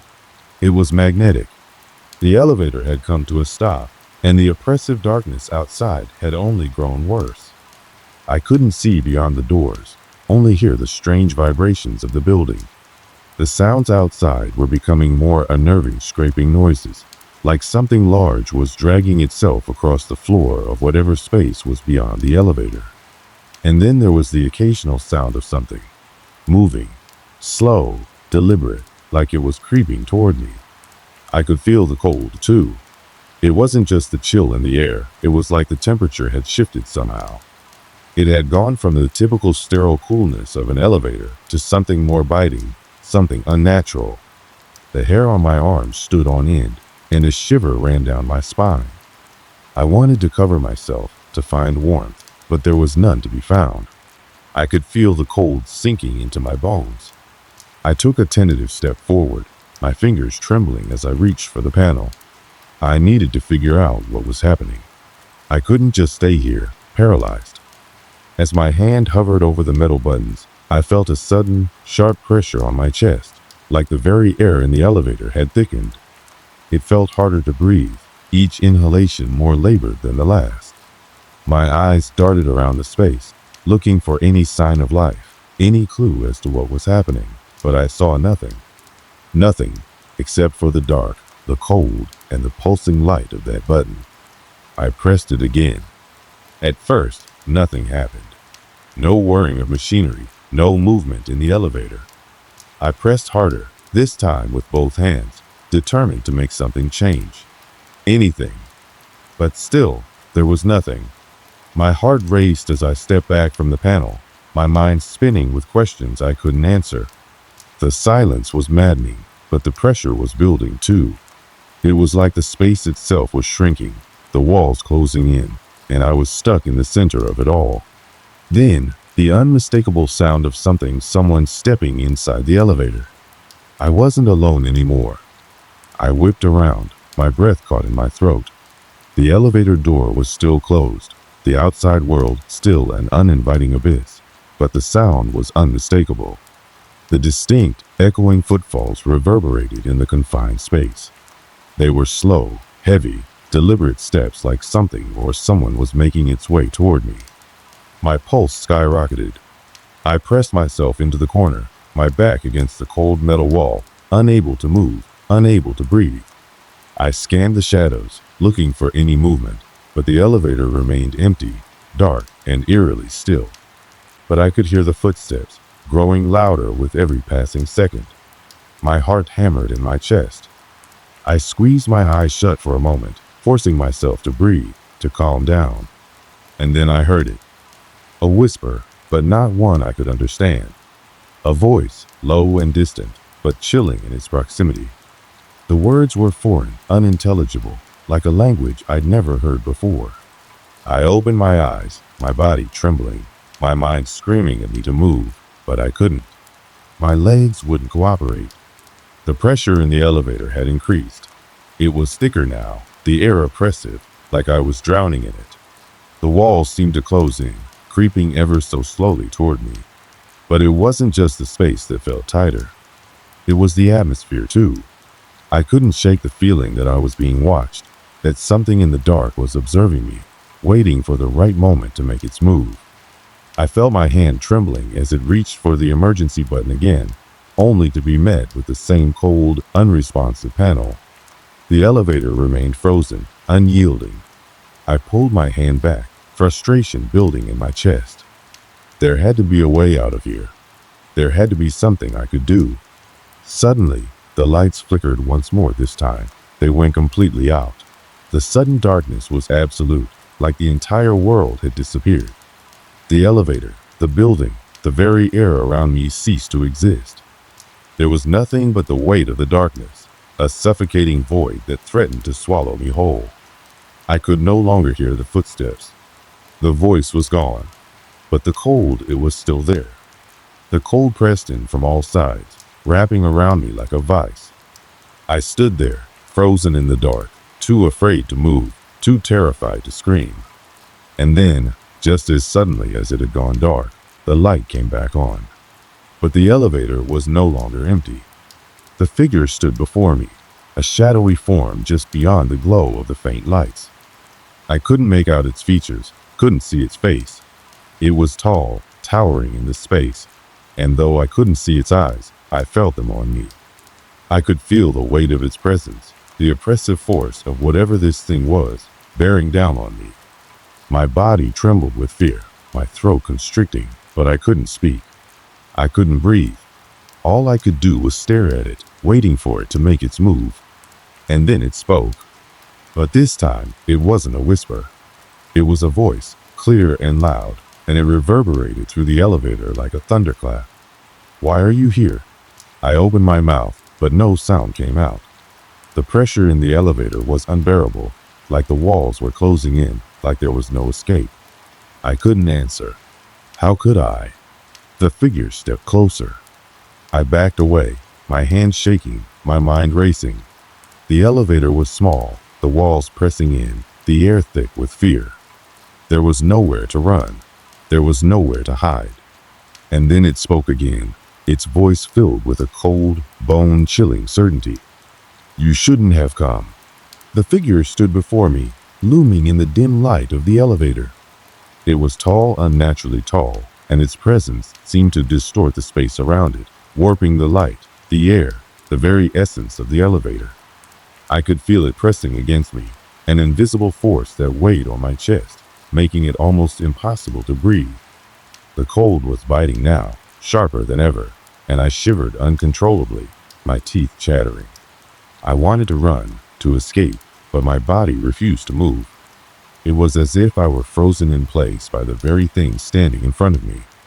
The figure was featureless, its face a blur of shadow and darkness, but I could feel its gaze. Its eyes, or whatever they were locked onto me, piercing through the thick blackness like a spotlight. The air between us seemed to thrum with an otherworldly energy, and I felt a deep, primal sense of fear welling up inside me.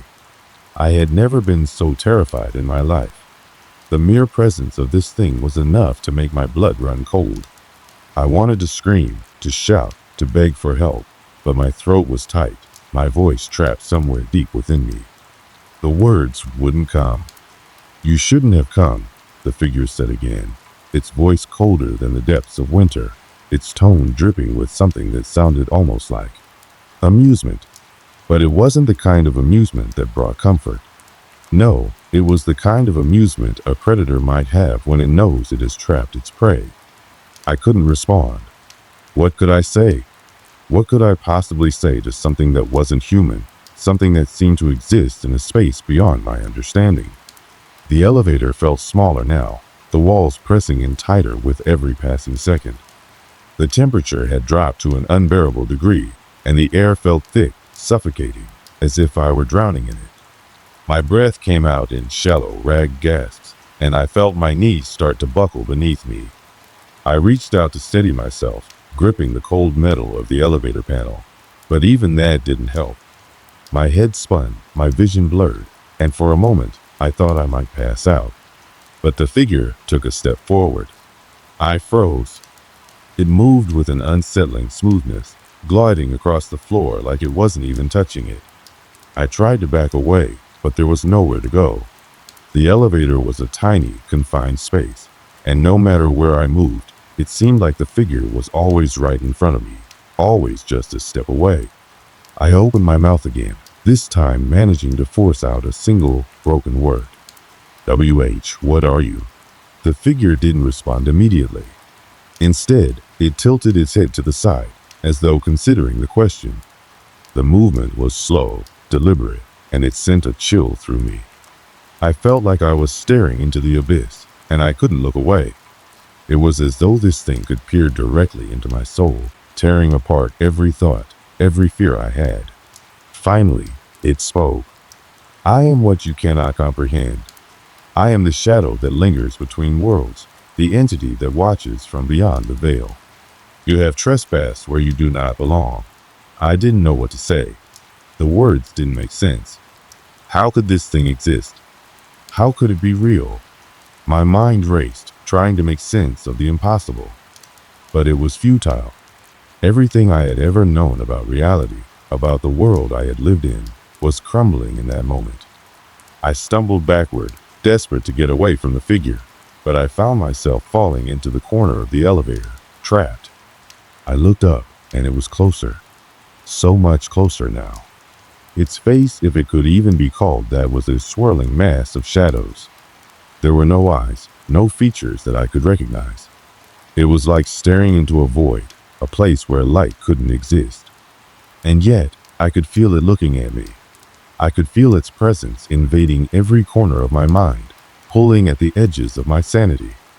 "You shouldn't have pressed that button," the figure said, its voice suddenly rising in intensity, now tinged with a hint of something darker, more menacing. "You don't belong here. You never did." My heart was pounding in my chest, and I could hear the frantic thumping of my pulse in my ears. I didn't know what to do. I didn't know how to get out of this. The elevator felt like it was closing in on me, its walls moving ever closer, its metal skin pressing against me, suffocating me. I tried to claw at the panel again, desperate to get the elevator moving, to get away from this nightmare. But the buttons didn't respond.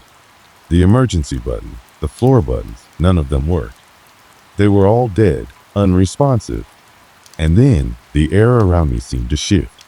It grew thicker, heavier, as though the very atmosphere had become saturated with an unnatural weight. I gasped, struggling to breathe, and felt a sharp, searing pain in my chest. It felt like I was being crushed, like something was squeezing the life out of me. The figure loomed closer, its shadowy form swallowing up the space between us. I could feel it now, its presence enveloping me, crawling into my skin. I wanted to scream, but no sound escaped my lips. "I warned you," it said again, its voice now filled with an overwhelming sense of power. "You have crossed the threshold. There is no going back." And then, without any warning, it reached out. The touch was colder than anything I had ever felt before. It wasn't a physical touch, not in the way I understood touch. It was more like a sensation, a feeling that spread through me, like a chill sinking deep into my bones, freezing me from the inside out. I couldn't move, I couldn't speak, I couldn't even blink. It was like I was trapped in time, suspended in a moment that stretched on forever. I could feel the darkness around me closing in, its grip tightening, suffocating me. And just when I thought I couldn't take it anymore, when I thought I would collapse under the weight of it all, the figure spoke once more. "You are mine now." And in that moment, the world seemed to shift. The elevator lurched suddenly, a violent, jarring movement that sent me stumbling to the floor. The walls seemed to vibrate, and the lights flickered once more, brighter this time, as though they were trying to push back against the darkness. The figure, whatever it was, seemed to dissipate, its form dissolving into the air like smoke. But even as it vanished, I could still feel its presence, its cold touch lingering on my skin, like it was etched into my very soul. I was no longer alone, but I wasn't free either. Something had changed in me. Something had shifted, and I couldn't shake the feeling that I was now part of something much bigger, something much darker than I could ever understand. The elevator doors slid open, but I couldn't bring myself to leave. I couldn't move. The space beyond the doors was still, silent, and empty. It was as though the world itself had stopped, waiting for something. I couldn't breathe. I couldn't think. But I knew, deep down, that whatever had happened to me in that elevator, whatever that thing was, would haunt me for the rest of my life. There was no escaping it. I was marked now, bound to the darkness that had claimed me. And the worst part was, I wasn't sure if I would ever be able to escape. The air inside the elevator felt suffocating, thick with the memory of the darkness that had just passed through it. My breath came in shallow, uneven gasps, my heart racing as though it had never stopped. I had no idea what had just happened, but I knew deep down that I could never forget it. I couldn't escape what I had just experienced, not as easily as I could step out of the elevator and into the well-lit hallway outside. But the door slid open, and there I stood, frozen in place, staring into the hallway. The world outside seemed normal. There was no sign of the terrifying entity that had nearly crushed my soul. The lights overhead flickered as they should. The hum of the building's ventilation system was as familiar as always, and the quiet of the late hour wrapped the space in an eerie calm. Everything was ordinary, everything except for me. I had just witnessed something impossible, something I couldn't explain, and the world seemed to carry on without missing a beat. I stepped out of the elevator, my legs shaky, like they no longer belonged to me. I tried to convince myself that it was all in my head, a hallucination, a fevered nightmare brought on by stress or exhaustion. But the feeling in my chest, the lingering cold, the overwhelming sense of dread told me otherwise. I wasn't imagining it. It had been real, and it was still with me. I stumbled down the hall, the sound of my footsteps echoing eerily in the empty building. The place felt different now, as though the very air had changed, charged with an invisible presence that hung heavily around me. I reached for my phone, desperate to call someone to hear a human voice, to anchor myself back to reality, but my hands were shaking too much. The screen blinked in front of me, only to reveal the time, 3:15 a.m. I looked at the floor numbers again, glancing back toward the elevator. The building should have been empty this time of night, no one else around. But that was the problem, wasn't it? That elevator had opened on a floor that didn't exist. It had taken me somewhere outside of time, beyond the building itself, to somewhere else. The sounds of the hallway, a soft hum, the buzz of the fluorescent lights, suddenly seemed too loud, too close. I hurried toward the stairwell, feeling an odd compulsion to leave the floor behind, to escape the strange, unreal atmosphere that now clung to the place. I reached for the door handle but froze when I heard a sound, a faint, hollow echo, as if something had moved behind me, a figure, perhaps. I whipped around, my pulse hammering in my throat. The hallway was empty, eerily so, as if the building were holding its breath. But there was something in the air, a subtle shift, an unnerving presence that made the hairs on the back of my neck rise. I swallowed hard, my breath catching in my throat. I had to get out. I had to leave before whatever had been haunting me inside the elevator found me again. I turned and ran down the hallway, not daring to look behind me, convinced that the moment I took my eyes off the space around me, the darkness would swallow me whole. I reached the stairs, pushing through the door and down the steps. Each floor I passed felt like another layer of safety, another distance between myself and whatever had happened to me in that elevator. It felt like I was running for my life, and in some strange way, maybe I was. When I reached the lobby, I finally stopped. I paused, leaning against the wall, gasping for air. My chest burned, my muscles ached, and I felt utterly exhausted. But I was safe, right? The elevator was gone. The thing was gone. I was back in the world I knew. But it wasn't that simple. I stood there, trying to steady myself, and for the first time, I noticed that my phone had a notification. It was from a number I didn't recognize. I hesitated before opening it, my fingers trembling as I unlocked the screen. "Don't go back. It's waiting for you." The message was brief, cryptic, and chilling. I didn't recognize the number, and yet it sent a shiver of terror down my spine. Had I been followed? Was this a warning from someone who knew what had happened? The text felt too personal, too intimate to be a coincidence. But there was no way anyone could have known what I had just gone through. I hadn't told anyone. Not a soul. I couldn't stay here. The lobby suddenly felt too small, too exposed. The weight of the message pressed on me like a physical thing, suffocating and all-encompassing. I had to leave, but my mind raced. I couldn't go back to my apartment, not yet. I couldn't risk it. I needed answers. I needed to understand what had happened to me, what that thing was, and why I had been chosen to witness it. But I wasn't sure where to go. I left the building, stepping out into the cold, the night air hitting my skin like a slap. The world outside seemed normal, but I knew deep down that nothing was the same anymore. I couldn't shake the feeling that I was being watched, that something was out there, following me, waiting for me to make a mistake. For the next few days, I didn't sleep. The memories of that night replayed in my mind like a broken record. Every sound, every shadow, every flicker of light seemed like a warning, a sign that it was still out there, lurking in the corners of my world. I couldn't focus on anything. I couldn't hold a conversation. I couldn't stop looking over my shoulder, wondering if the thing would show up again. I went back to the building, more out of desperation than anything else, hoping to find something, anything that could explain what had happened. But the elevator was gone. The floor that didn't exist was just an empty shaft now, sealed off and abandoned. There were no answers, no explanations, only more questions. I tried to tell someone about it, to warn them, but when I spoke about it, people just looked at me like I was crazy. They brushed it off, laughed it off, as if I had just imagined it all. I even contacted the building management, but they insisted everything was normal. They claimed there were no reports of unusual activity, no problems with the elevators. They gave me the number for maintenance, but when I called, the line was always dead, disconnected, or ringing endlessly. I went to the library, searching for anything that could help, anything that could give me a clue about the thing I had encountered.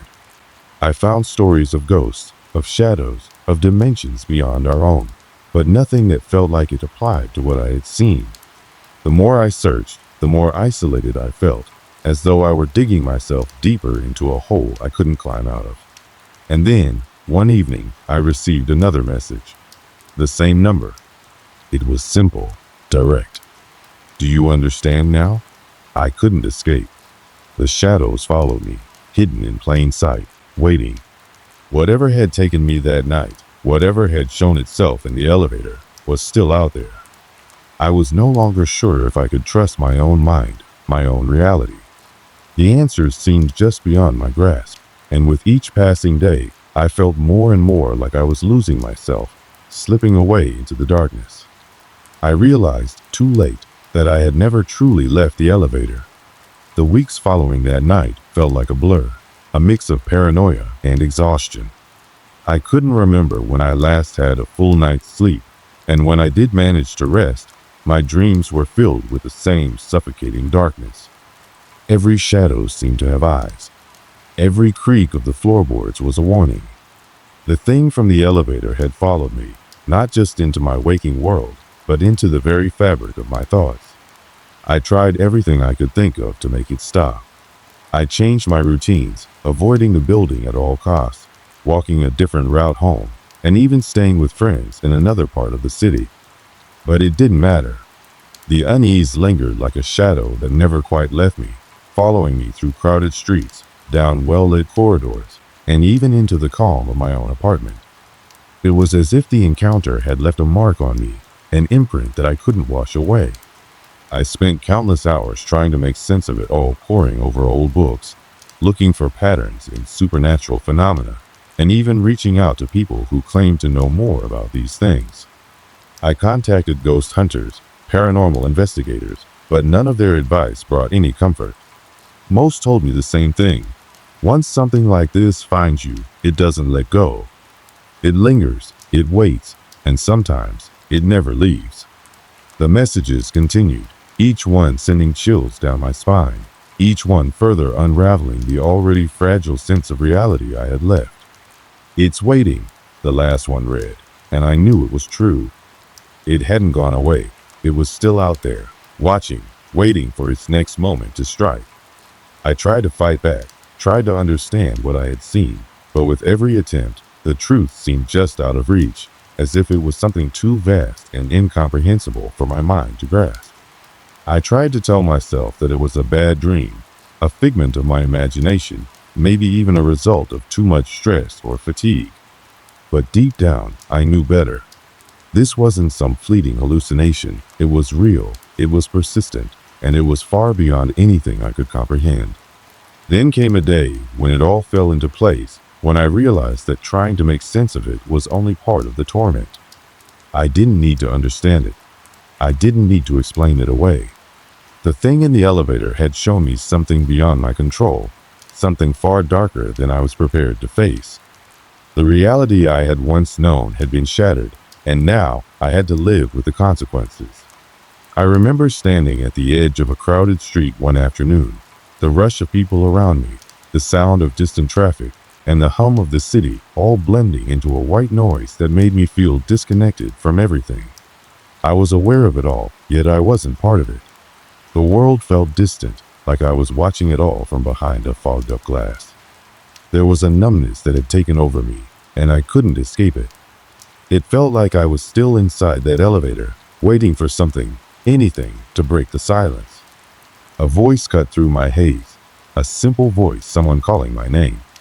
I turned, my heart racing, hoping for a familiar face, hoping for something real.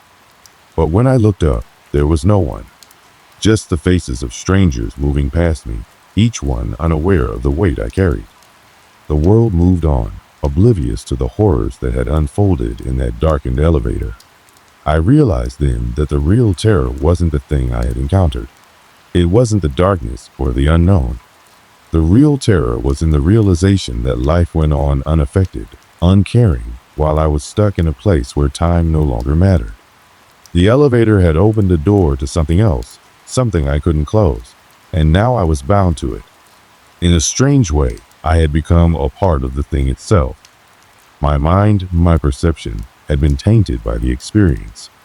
Every corner I turned, every shadow I passed, I felt it watching, waiting for me.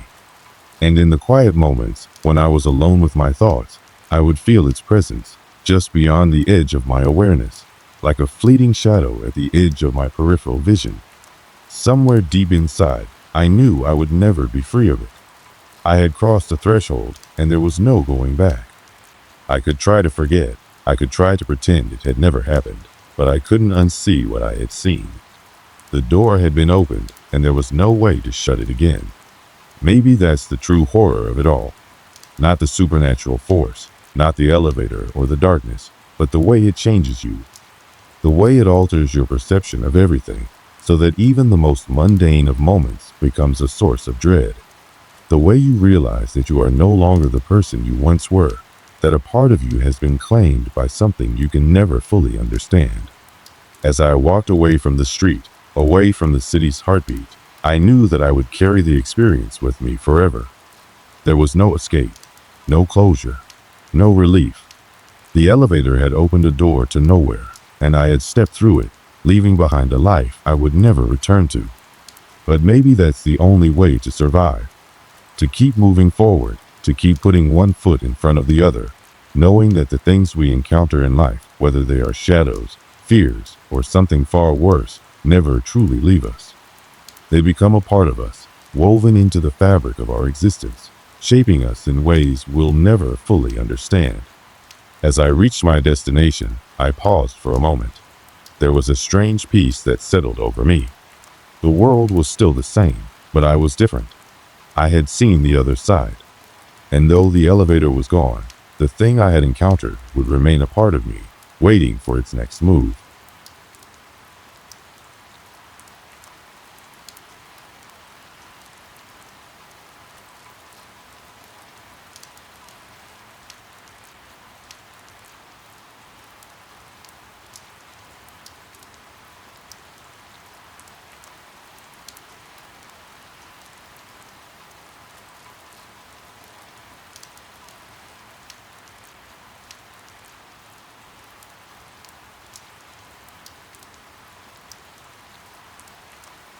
There's something unsettling about working nights. The quiet, the isolation, and the lingering feeling that something's just not quite right. You get used to it. I did. For years, I worked the late shift at a local convenience store on the edge of town. It wasn't glamorous work, but it paid the bills. I'd clock in at midnight, and after a few hours, the store would settle into a peaceful silence, broken only by the occasional car that sped past on the nearby highway. The store was small, tucked between a rundown gas station and an old diner that hadn't seen a customer in years. The lights flickered sometimes, but I was used to it. It wasn't like the world outside didn't seem to know the place existed. Even the regulars, the ones who stopped by in the early hours of the morning to grab a soda or a pack of cigarettes, were few and far between. I was always alone. It was a typical night, like so many before it. The store was practically empty, and the faint hum of the refrigerators was the only sound. I had gotten used to the solitude, the endless hours of mind-numbing tasks, sweeping, restocking, keeping the shelves tidy, and making sure the register balanced out. It was the routine, and for the most part, I didn't mind it.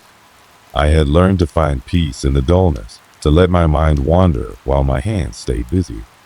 The night started out like any other. It was late November, and the cold had begun to seep into the bones of the town. I remember the wind howling outside, rattling the windows. The kind of cold that makes you feel as if the world is holding its breath, waiting for something to change. The lights overhead buzzed faintly as I wiped down the counter. It was around 2 a.m., the time when everything outside seemed to slow down. The highway traffic had all but stopped, and the sound of the wind made the stillness of the night feel even more intense. The shelves were well stocked, the fridge was humming away in the back, and everything seemed normal. But as the clock ticked, I began to feel that strange tension, the kind you can't quite explain but know is there all the same. And then there was him. A man, or maybe I should say a figure, had come in earlier in the evening. He was a regular, someone who didn't stick around long enough to really be noticed, but who still made his presence known. He had this look about him unkempt, with eyes that always seemed too dark for his pale face. He bought a pack of cigarettes, paid in cash, and left without a word. Nothing unusual, but he lingered in my thoughts in a way I couldn't shake off. Every night, without fail, he came in at some point between midnight and 3 a.m. Sometimes he bought the same things, other times he just bought a drink or a snack, but always in that quiet way, as if he were trying not to disturb anything. I had been working there long enough to know the rhythm of the nights, the ebb and flow of customers, the quiet moments, the brief bursts of activity. But that night, it was different. The air felt thicker, as if something was about to happen, and I couldn't put my finger on it. By 3 a.m., the store was silent again. I was behind the counter, scrolling through my phone, idly passing time.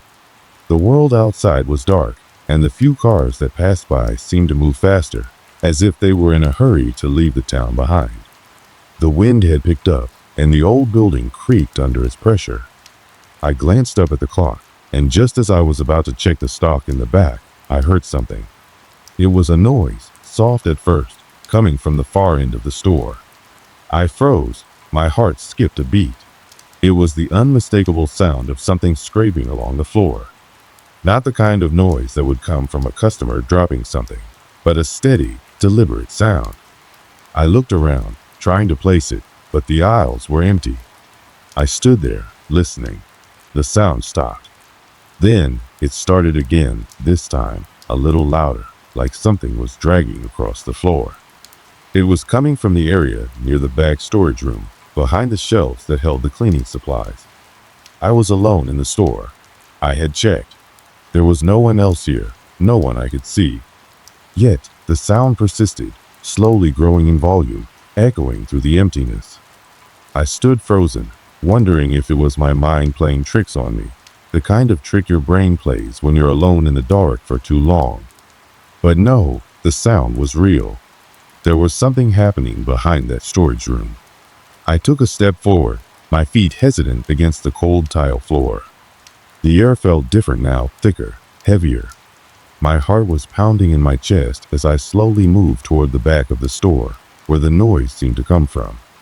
There, just past the shelves, something caught my eye. A shadow. It was standing still for a moment, barely noticeable in the dim light. I froze, the weight of it pressing down on me. And then, as if it were waiting for me, the shadow moved. I froze, unsure of what to do next. My body went cold with fear, but I couldn't move.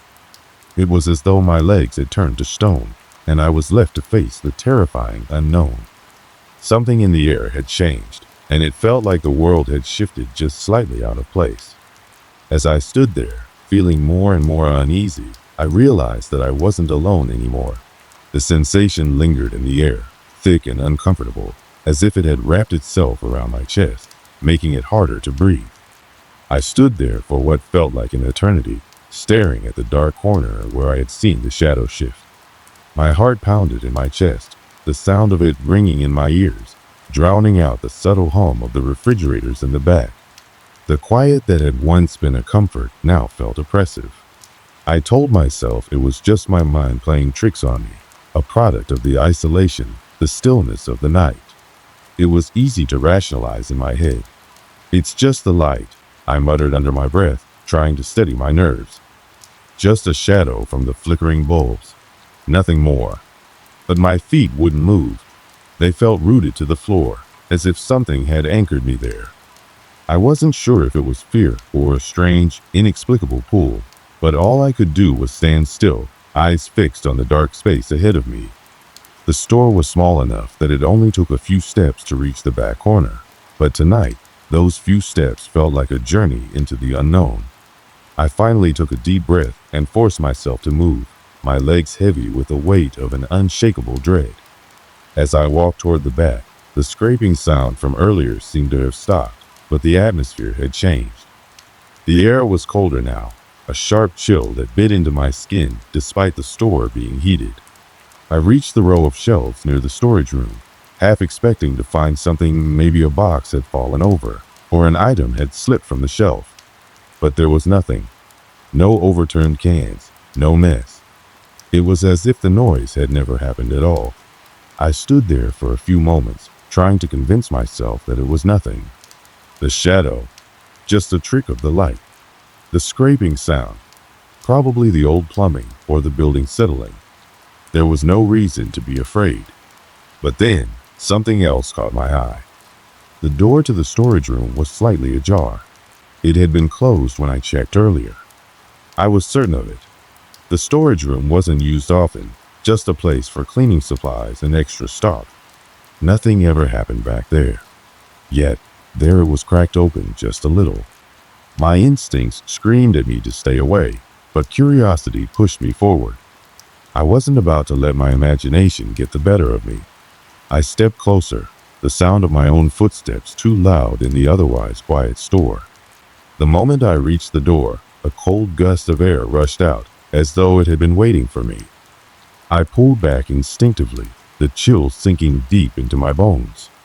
It was strange the air had been warm just moments before. There was something off about that wind, something unnatural. I stood there for a moment, unsure of what to do. Every fiber of my being wanted to leave, to step back into the relative safety of the front counter and forget the whole thing. But my curiosity got the better of me. Slowly, I pushed the door open. Inside, the room was just as I remembered, dimly lit by a single flickering light overhead. The shelves were lined with cleaning supplies and extra inventory, but there was something different now. The room didn't feel the same. The walls seemed to close in around me, the space smaller and more oppressive than before. I took a few steps into the room, the sound of my shoes scuffing against the concrete floor the only noise. As I moved toward the shelves, something caught my attention, something on the floor, just beside the storage shelf. At first, I thought it was a stray piece of trash. But as I stepped closer, I saw it clearly: an old, cracked doll, its porcelain face chipped and dirty. I didn't remember seeing it before, but there it was, lying face up, its glassy eyes staring directly at me. A cold wave of unease washed over me. I bent down, instinctively reaching out to pick it up. But just as my fingers brushed the edge of the doll's tattered dress, I heard the unmistakable sound of footsteps behind me.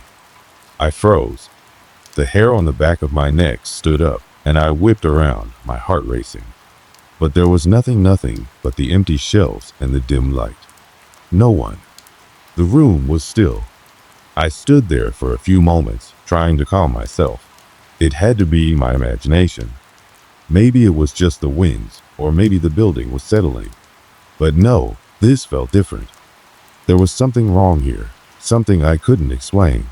I dropped the doll, stumbling backward in haste, my hand brushing against the shelf as I backed away. The room seemed to close in tighter, and the air felt even colder now, as though I had crossed some invisible line that I wasn't supposed to cross. I quickly stepped back out of the storage room, my breath shallow and quick. The door slammed shut behind me, and for a moment, I just stood there, panting, trying to steady myself. What the hell had just happened? I didn't have an answer. I didn't even know what to think. But as I stood there, trying to process what had just occurred, I felt the unmistakable sensation of being watched. My heart skipped a beat, and I turned slowly, looking around the store. But there was nothing there. Nothing but the empty shelves and the quiet darkness of the night. I glanced at the clock. It was 3:30 a.m. My shift was far from over, but I had never felt more alone. I didn't know what had just happened, but I could feel the presence in the room with me. And it wasn't just in the back storage room. The store was changing. It was no longer just a quiet place where I spend my nights. Something had shifted, and I wasn't sure I wanted to find out what it was. The rest of the night passed slowly, my eyes constantly scanning the aisles, the corners of the store, the back storage room. But nothing else happened. The minutes stretched into hours, and I was left alone with my thoughts, my unease growing with each passing second. I tried to convince myself it was nothing a trick of the mind, an overactive imagination fueled by too much solitude. But deep down, I knew it was more than that. Something had changed. And whatever it wasn't finished with me yet. The days following the strange encounter in the storage room felt even more unsettling than I could have imagined. I tried to shake off the feeling, chalking it up to stress, the long shifts, and the isolation. But something in the air had shifted, something I couldn't ignore. It wasn't just the eerie feeling lingering in the corners of the store. It was the way the nights felt longer now, darker, as if time itself had slowed down. The first few nights were relatively quiet, but I was hyper-aware, constantly looking over my shoulder, straining my ears for any sign of movement. The store, once a mundane place, felt different. The hum of the lights overhead felt louder, the flicker of the bulbs more pronounced. Each noise seemed amplified, every creak of the floorboards or clink of the metal shelves more unsettling than before. On the fourth night, things escalated. I had just clocked in, the fluorescent lights buzzing overhead, casting an eerie glow across the empty aisles. The front counter, usually a safe haven during my shifts, now seemed to mock me, sitting in the middle of the store like a lonely island in a sea of shadows. I tried to keep busy, stacking inventory, tidying up the shelves, anything to keep my mind from wandering. But it wasn't long before the first sign came. The overhead lights flickered again, just for a moment. I'd seen them flicker before, but this time it felt different. The light dimmed and then buzzed, like a faint whisper in the air. I looked up, instinctively checking the bulbs. The store was dark, save for the faint light coming from the exit sign in the back. The bulbs were ancient, and it was typical for them to act up from time to time, but tonight it was worse. The flickering wasn't just mechanical. There was a strange energy in the air, like something was messing with the lights.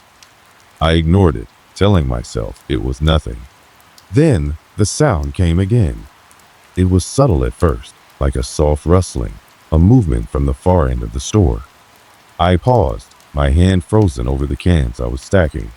My mind raced, but I couldn't place the noise. It wasn't the wind, I knew that much. The door was locked, and the back windows were sealed tight. It was almost as if something, or someone, was moving around in the shadows. I walked cautiously toward the sound, my footsteps echoing louder than usual in the otherwise silent store. The aisles seemed to stretch on forever, the shelves casting long, distorted shadows across the floor. As I neared the end of the aisle, I could feel the air change colder, heavier, like I had just stepped into a different world. There was nothing there. I let out a breath I didn't realize I'd been holding, but just as I turned to head back to the counter, the rustling sound came again, this time louder, more distinct. It was coming from the back of the store, the storage room. My stomach churned. It was the last place I wanted to go, especially after everything that had happened. But I couldn't ignore it any longer. I had to know what was going on. With every step I took toward the back, the air seemed to thicken. The lights above buzzed again, their flickering growing more pronounced. It was almost rhythmic, like some unseen hand was controlling them. My pulse quickened, and I felt the hairs on the back of my neck stand up. When I reached the storage room door, I hesitated. The door was closed, but the latch was undone. I didn't remember leaving it like that. I slowly pushed the door open, the hinges creaking as if protest the intrusion. Inside, everything was just as I had left it. The cleaning supplies, the inventory, all in their places. But the air inside the room was thick, like I was walking through water. I could almost taste the cold, metallic tang of it in the back of my throat. And then I saw it. The doll. It was lying there on the floor again, just like before. But this time, it wasn't face up. It was turned to the side, its glassy eyes staring blankly at the floor. My breath caught in my throat, and for a moment, I couldn't move. This was impossible. I hadn't touched the doll after I dropped it. I was sure of it. But now it was there again, as if it had moved on its own. A sharp, rattling sound broke my trance. I spun around, my heart pounding in my chest. The door to the storage room had slammed shut behind me. I stumbled backward, my hand flying to the door handle, but the door wouldn't budge. I pulled harder, panic rising in my chest. The room seemed to close in around me, the walls pressing in, the air suffocating. The lights overhead flickered violently, casting twisted shadows against the walls. And then I heard it. A voice, soft, like a whisper, but clear. It was coming from the corner of the room. I couldn't understand the words, but the sound of it sent a jolt of cold fear straight through me. I was trapped in the storage room, and whatever was in here with me was not human. I finally wrenched the door open, falling backward into the main store. My legs were weak, my breath coming in ragged gasps. I slammed the door shut behind me and leaned against it, my heart racing. For the rest of the night, I stayed at the front counter, my eyes glued to the security monitors. Every noise, every flicker of light sent my pulse spiking. It was almost unbearable. But nothing happened. At least, not until the next night. I had hoped that the strange events would stop, that I had imagined it all. But the following night was worse. The rustling was back, only now it was louder, more aggressive. It seemed to be coming from all directions at once, like the store itself was alive. The shelves creaked and groaned, and every time I looked away, I could swear something had moved. I grabbed the flashlight from beneath the counter and made my way toward the back again, feeling as if every step took me deeper into a nightmare I couldn't escape. This time, the storage room door was wide open. My stomach churned and I froze, the flashlight trembling in my hand. I wasn't sure if I should go in, but I had to know. What was going on? Why was this happening to me? I took a step forward, the beam of the flashlight cutting through the darkness. The room felt colder than before, almost freezing. And then, just as I reached the doorway, I saw it. The doll wasn't there anymore. Instead, something far worse had replaced it. Something was standing in the corner of the room. Something tall, dark, and formless, its shadow stretching across the walls, its presence suffocating the air around it. I couldn't breathe. I couldn't think. And then the voice came again, louder this time. Clear, unmistakable. You shouldn't have come back. The cold air from the storage room wrapped itself around me like a vice as I stood frozen in the doorway, my eyes fixed on the figure in the corner. At first, I thought my mind was playing tricks on me. The shadows cast by the weak flashlight seemed to dance and stretch in unnatural ways, making it hard to focus. But as I stood there, my body trembling, I realized with horrifying clarity that it wasn't my imagination. The figure in the corner was real. It was tall, far taller than any person could be, and its form was barely visible, almost like a distortion in the air. It was there, standing perfectly still, shrouded in darkness, its presence overwhelming everything else in the room. The air felt so thick, I could barely breathe. Every inch of my skin was covered in goosebumps, and my heartbeat was so loud in my ears, it drowned out every other sound. I couldn't move. My legs felt like they were made of stone, unable to carry me, unable to escape. I opened my mouth to scream, but nothing came out. My throat was dry, and a lump the size of a fist lodged itself in my chest. The only thing I could hear was the sound of my own ragged breathing, the eerie hum of the lights above, and the faint rustle coming from the figure, if it could even be called that. It was impossible to make out its features. The shadows seemed to bend and distort around it. But its eyes. Those eyes, I'll never forget those eyes. They weren't human. They weren't even the eyes of an animal. They were black holes, endless voids that seemed to pull in every bit of light, making everything around them darker. There was no warmth, no humanity behind them, just an emptiness that terrified me to my core. Then the voice came again. It was soft, but clear, like it was speaking directly into my mind, bypassing my ears. "You shouldn't have come back." The words echoed through my skull, vibrating in the marrow of my bones. I could feel them as much as I could hear them, an invasive pressure that filled me with such an intense sense of dread, I thought my heart might stop. I tried to move, to run, but my body refused to obey. I wanted to scream, to shout for help, but the words caught in my throat.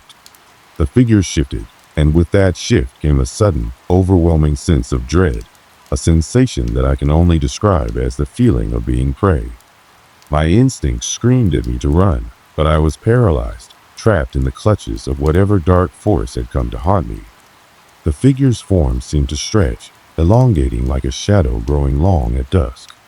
The dim light from my flashlight flickered violently, casting the entire room in waves of deep, ominous shadows. It took a step forward. A footstep echoed in the silent room, followed by another, then another. With every step, the temperature in the room dropped further, and I could see my breath hanging in the air in front of me, small clouds of mist forming with each panicked exhale. I wanted to run, to bolt out of that room, but my legs refused to work. It was as though the very air was holding me in place, keeping me from escaping. "Why are you doing this?" I finally managed to croak, my voice barely a whisper, hoarse with fear. The figure didn't answer. Instead, it took another step forward, and with each movement, the air seemed to thicken, growing heavier and colder. I could feel its presence in my chest, like it was suffocating me, consuming every ounce of space. The walls of the storage room felt like they were closing in, pressing tighter, but I couldn't escape. The door behind me was locked, and the figure was now blocking the only other exit. I tried to pull my eyes away, but I couldn't. It felt like an invisible force was pulling my gaze back to the figure, like I couldn't look anywhere else. My mind was screaming for me to look away, to turn around and run, but my body was no longer under my control. The figure's shadow stretched across the walls, its form becoming more defined, more solid, until it was standing directly in front of me. For the briefest moment, I saw something that made my stomach lurch. It wasn't a face, not exactly, but there were features, twisted and malformed, as though something human had been stretched and distorted beyond recognition. Its mouth wasn't a mouth at all, it was just a jagged hole, an opening filled with nothing but darkness, swallowing everything around it. The figure raised one arm slowly, and my heart stopped. I could feel its cold energy radiating from its hand as it reached out toward me.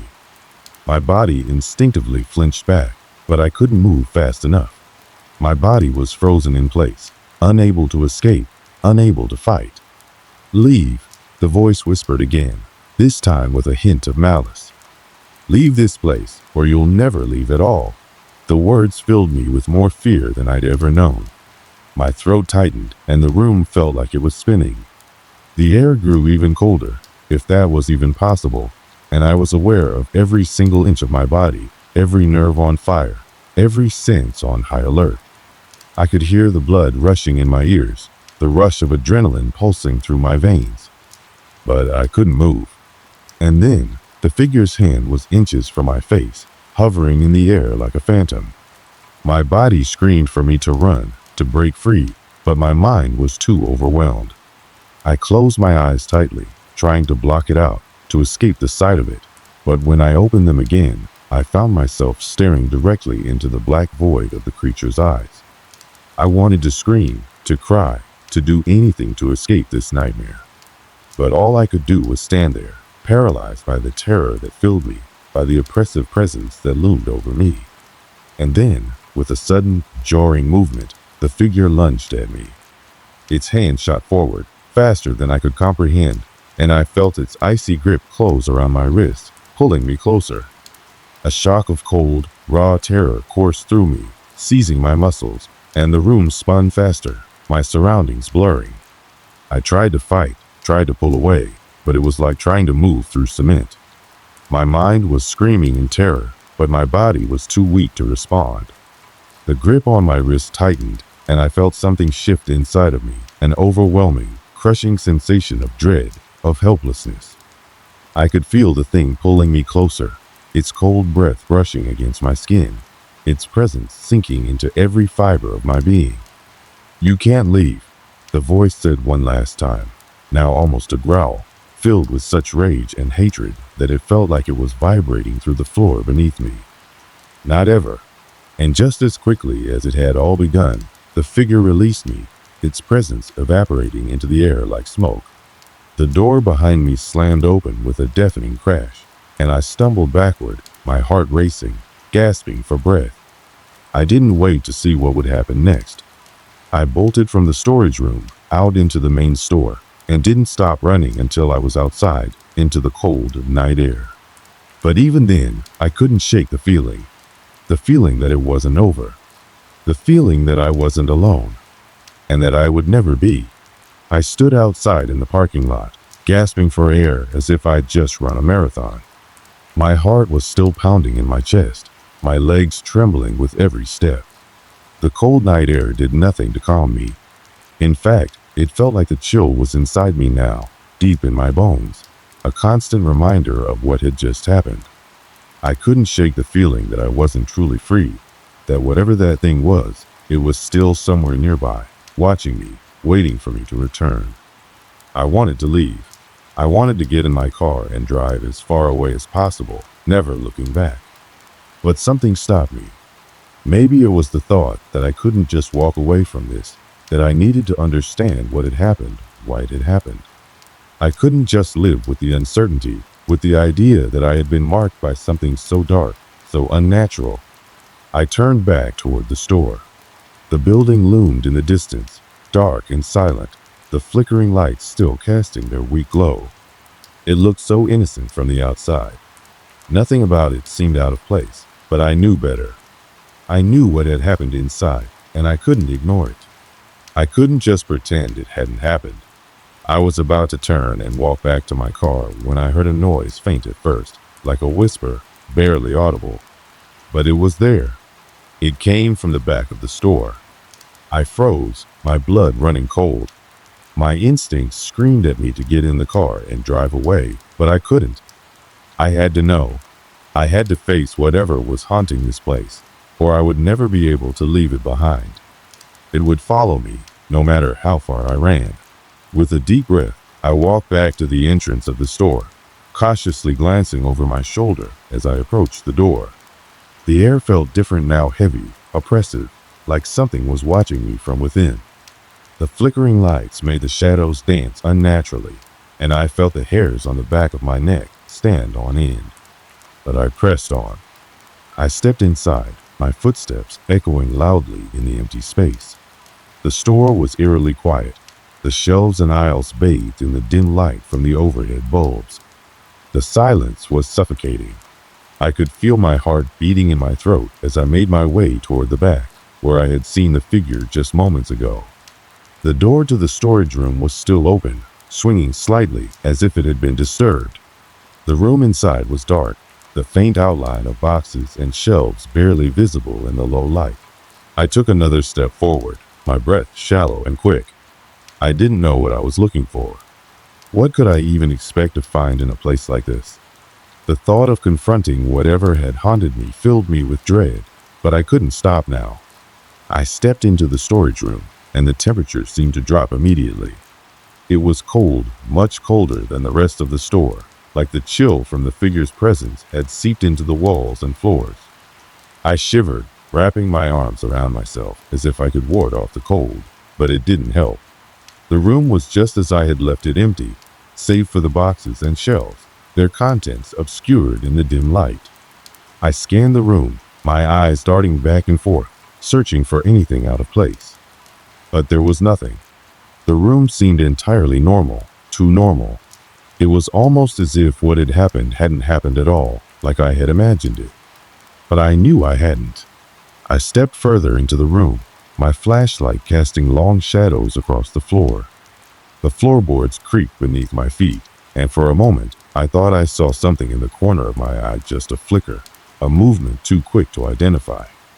My heart skipped a beat, and I spun around, but there was nothing there. Only darkness. Suddenly, I heard a soft, almost imperceptible sound, a rustling, like paper being shifted. It came from behind a stack of boxes near the far wall. My breath caught in my throat, and for a second, I considered leaving. But I couldn't. Not yet. I had to know what was happening. I took slow, deliberate steps toward the source of the sound, trying not to make any noise. Each step felt like it took forever, the silence surrounding me growing heavier with every second. When I reached the stack of boxes, I hesitated for a moment, my hand hovering over the top box. I was afraid of what I might find, but I had to see it. I had to know if there was anything left of what I had experienced earlier. With a trembling hand, I pushed the box aside. Nothing, just dust, and more boxes. I let out a breath I hadn't realized I was holding, relief washing over me in an unexpected wave.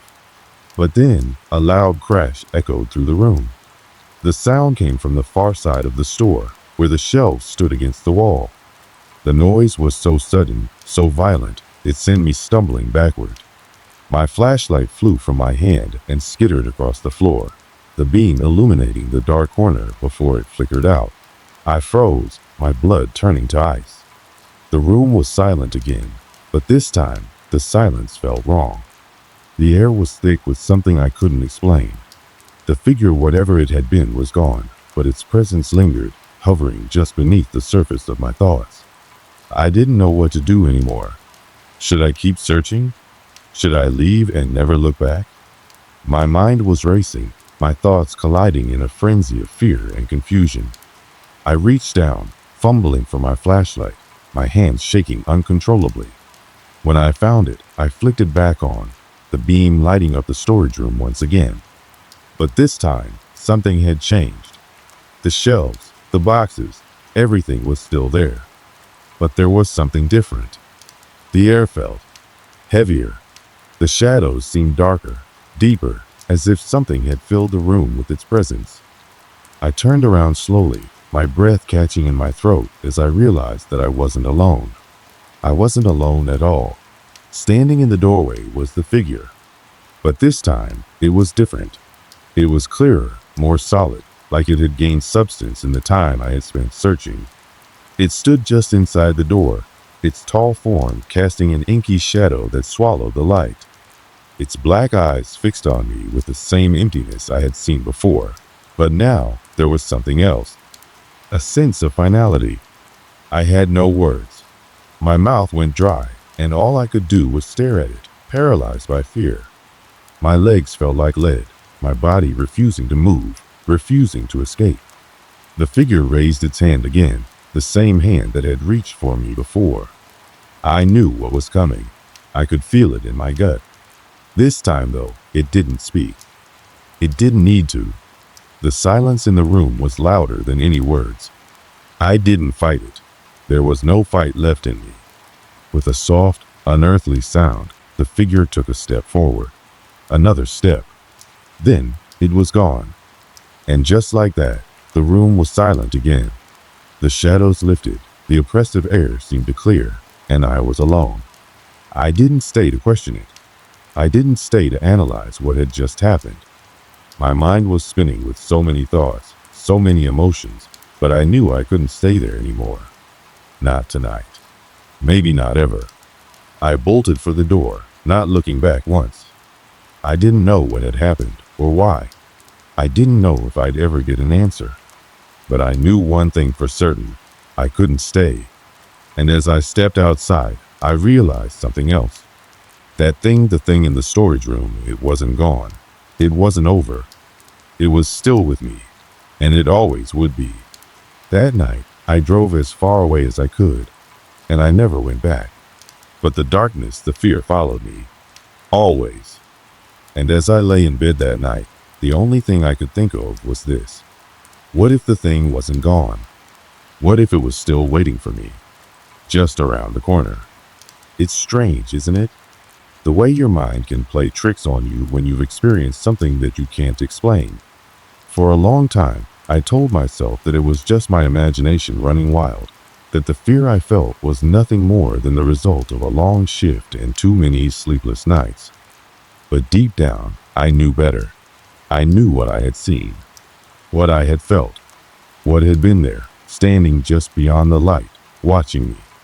And though the memories faded over time, the unease never truly went away.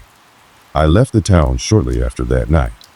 I found another job in a place far away, where no one knew my name and no one asked about my past.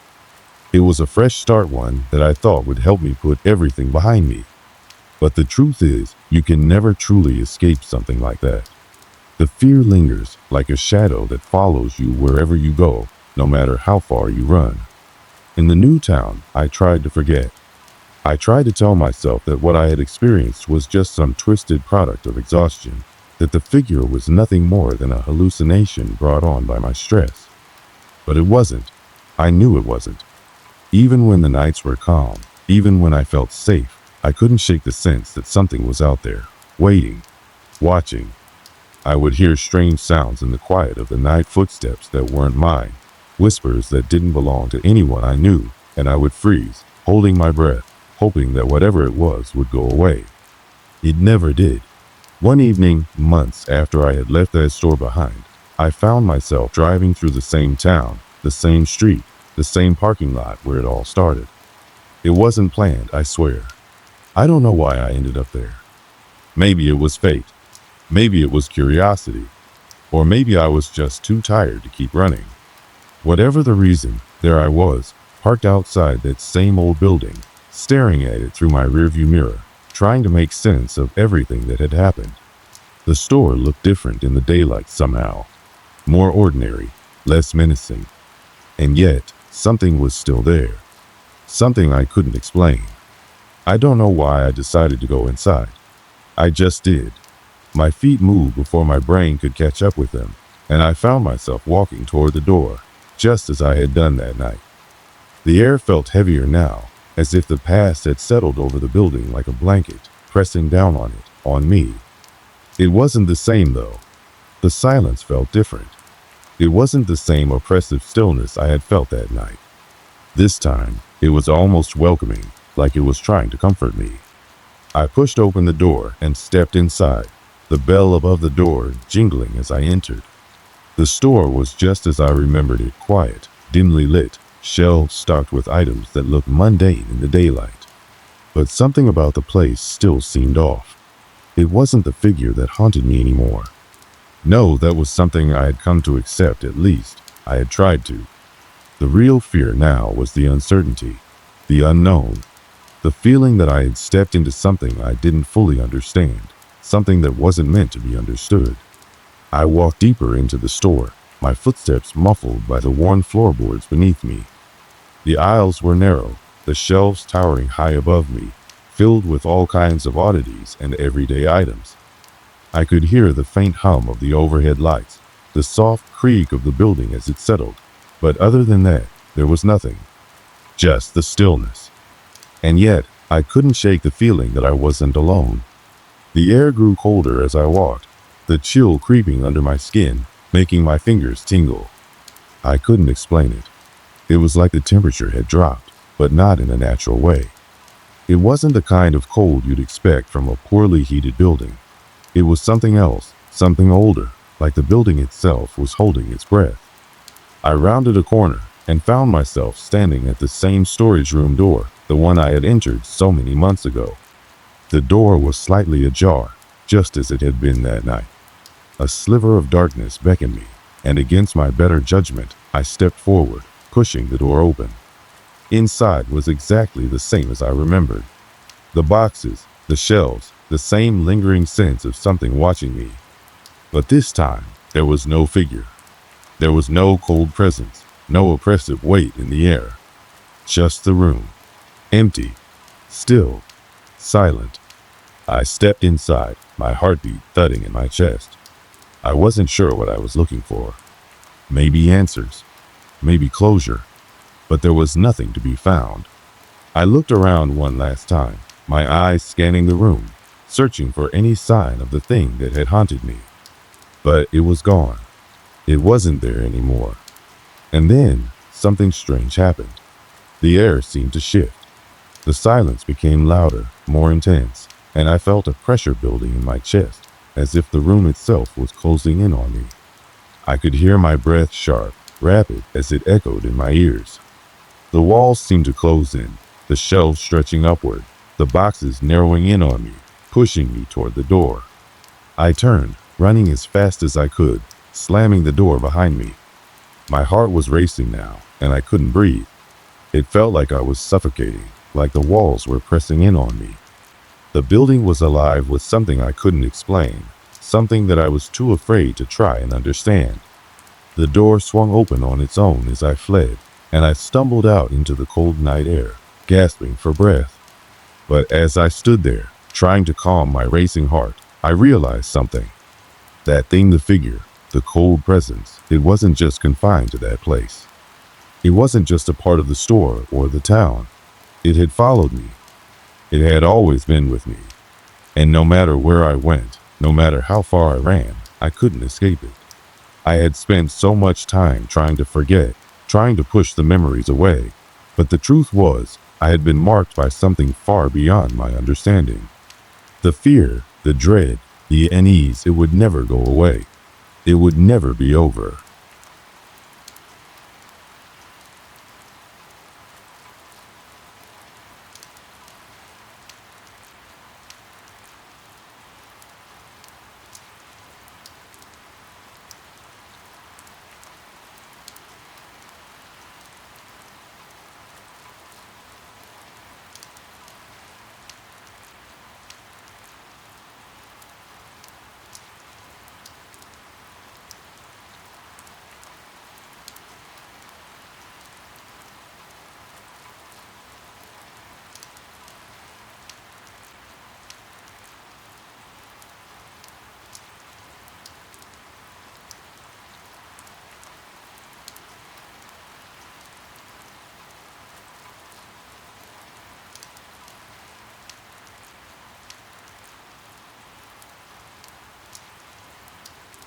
I just finished a long work week and was looking forward to a weekend of nothing much, maybe a bit of time on the couch, some video games, and a pizza. Life had a way of becoming predictable, and I didn't mind that at all. I'm the type of person who enjoys the calm, the comfort of knowing what comes next. That is, until something happened that completely shook that sense of normalcy. The day started like any other. I woke up late, just a few minutes before my alarm went off, to the sound of birds outside my window. The sun was already climbing high in the sky, casting a soft golden light through the blinds. I dragged myself out of bed, stretched, and went straight to the kitchen for my usual coffee. Black, strong, no frills. It was my morning ritual, and like everything else in my life, it didn't vary much. As I sat there sipping my coffee, scrolling through my phone, I thought about how uneventful the day was shaping up to be. I had no plans, no appointments, nothing that could break the monotony. I was content with that, in a way. After all, when your work week is filled with stress, the promise of a quiet, uneventful weekend is nothing short of a blessing. The house I lived in was modest, nothing fancy. A two-bedroom apartment on the second floor of a quiet building. The neighbors kept to themselves, and I did the same. I liked it that way, peaceful, undisturbed. The only noise was the occasional footsteps from the hallway or the hum of the refrigerator. It was a place to unwind, to recharge. My home was a haven of solitude, and I was okay with it. As the afternoon wore on, I heard a knock on the door. It wasn't unusual to get deliveries. Sometimes I'd order things online, or maybe a package would be dropped off by a friend who lived nearby. But as I opened the door, I was caught off guard. There was no delivery person standing there, no note explaining who the package was from. Just a plain, brown cardboard box sitting on the doorstep.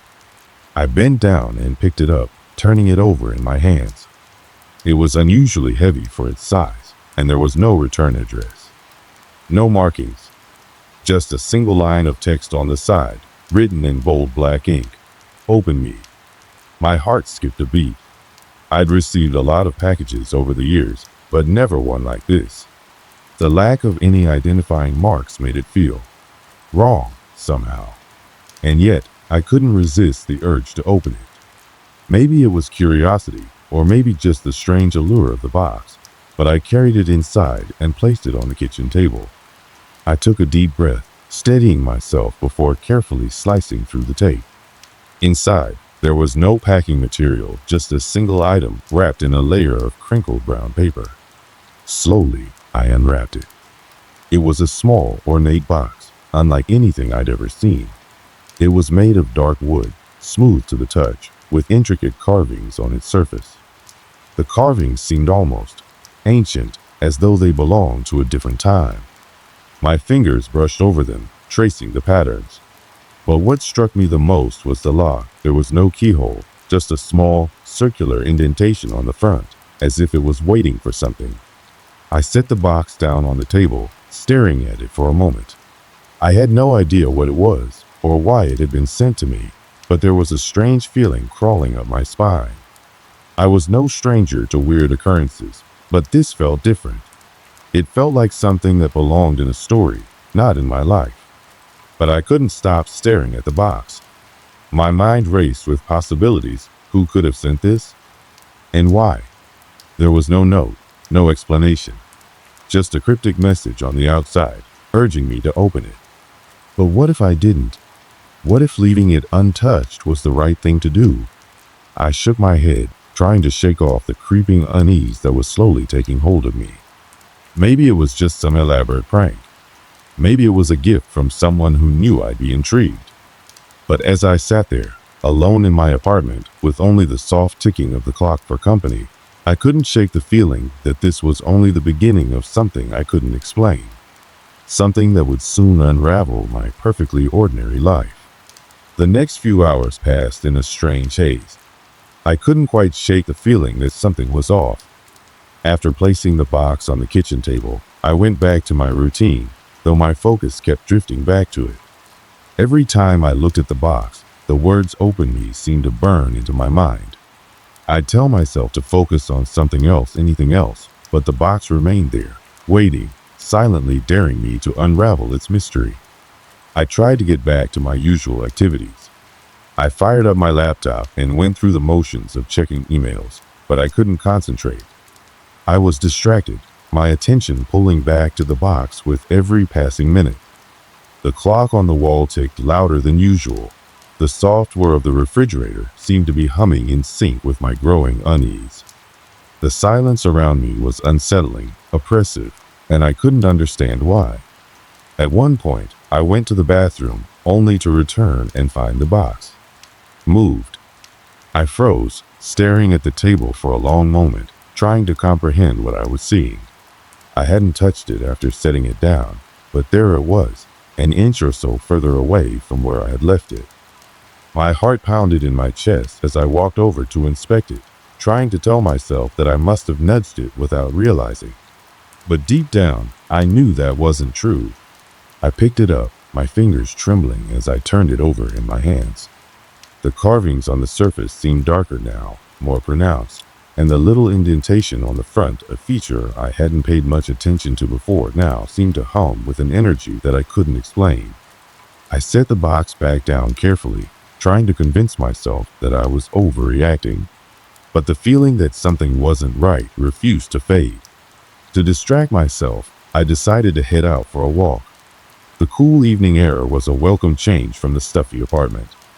As I stepped outside, I could hear the distant sounds of cars, the rustle of trees swaying in the breeze.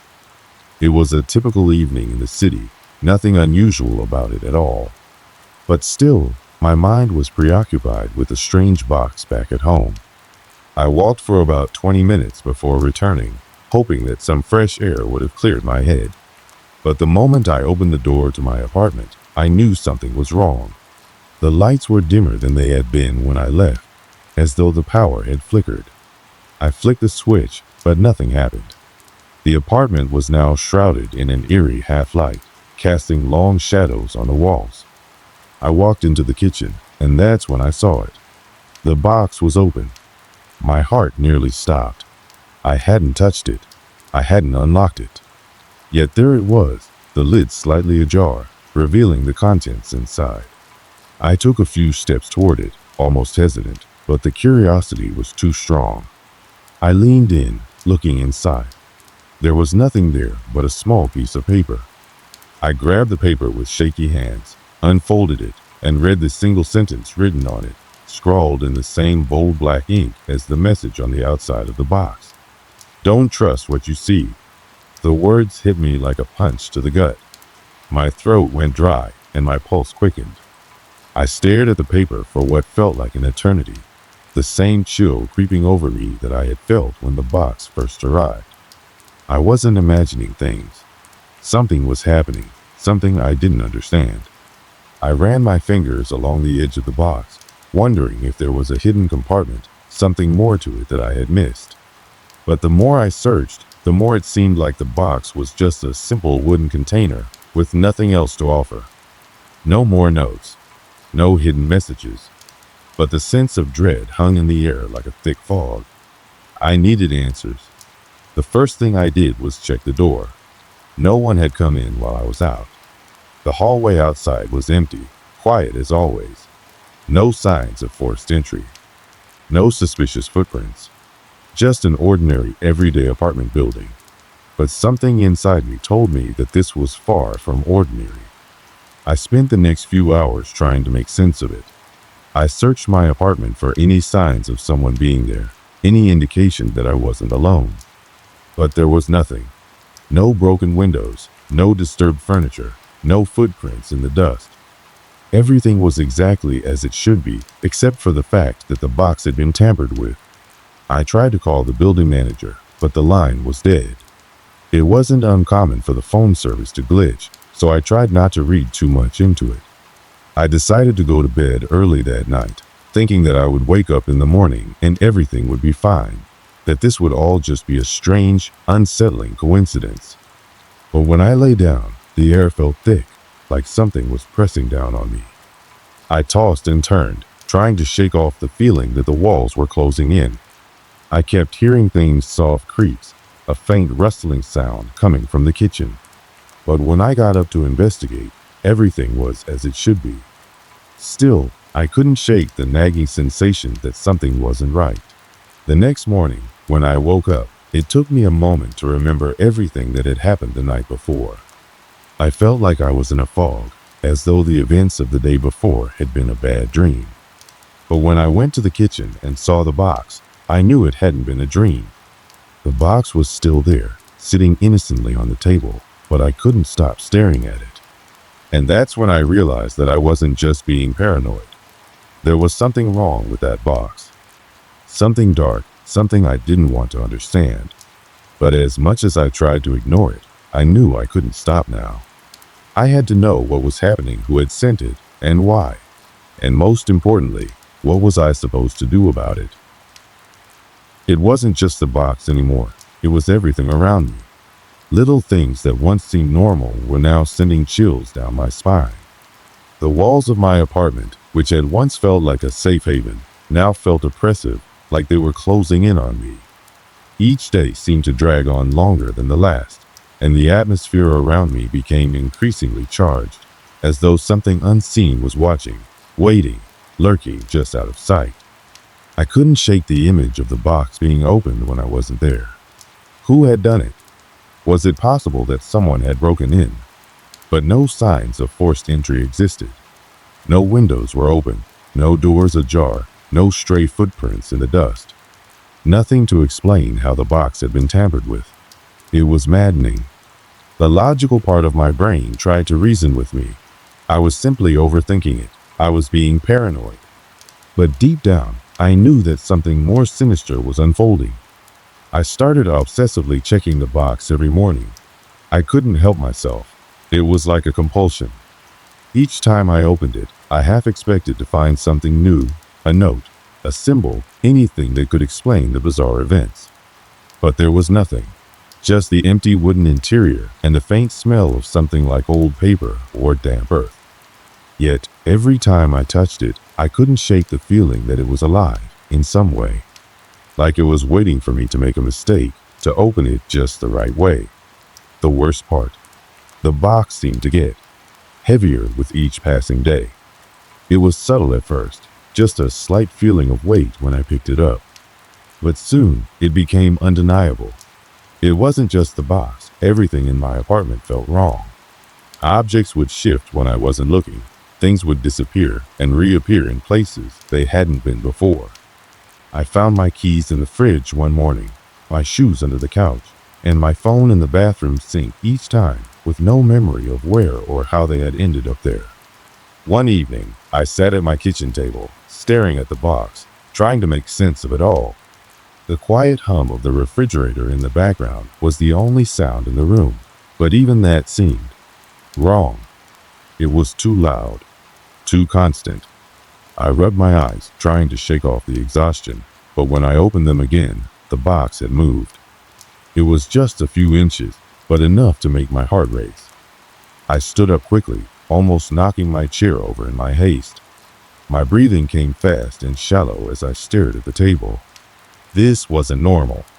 I checked the door again. Locked. Everything was as it should be on the outside, but on the inside, my world was unraveling. It was like a slow drip of fear, each drop soaking into my mind, paralyzing me. That night, I couldn't sleep. I tossed and turned, my mind racing through a million possible explanations, none of which made any sense. My eyes kept flicking to the kitchen, where the box sat. I tried to close them, but I could feel my heart pounding in my chest, the rhythm of it matching the ticking of the clock on the wall. Time felt distorted, like it was stretching on forever. I couldn't bear the thought of getting out of bed to check on the box, but I couldn't stop myself. I crept into the kitchen, almost afraid to look. When I did, I saw it. The lid of the box was wide open. The contents inside had changed. A photograph, old and frayed at the edges, lay within. My blood ran cold as I picked it up, my hand trembling. It was a picture of me, or rather, a version of me. I was standing in front of the apartment building, the same building I lived in, but the image was off. The photo seemed decades old. My face was a little too pale, my eyes a little too wide. The most disturbing thing, though, was the fact that it didn't look like something I had ever taken or seen. Who had taken this picture? And why was it in the box? I set the photo down with shaking hands, my thoughts spiraling out of control. I glanced around the room, but everything was still. Too still. The hum of the refrigerator had ceased, and the air in the apartment felt thick, like it was pressing down on me. Every small creak, every sound that should have been comforting, now sent me into a panic. My nerves were frayed, my mind working overtime to fill in the blanks of what was happening.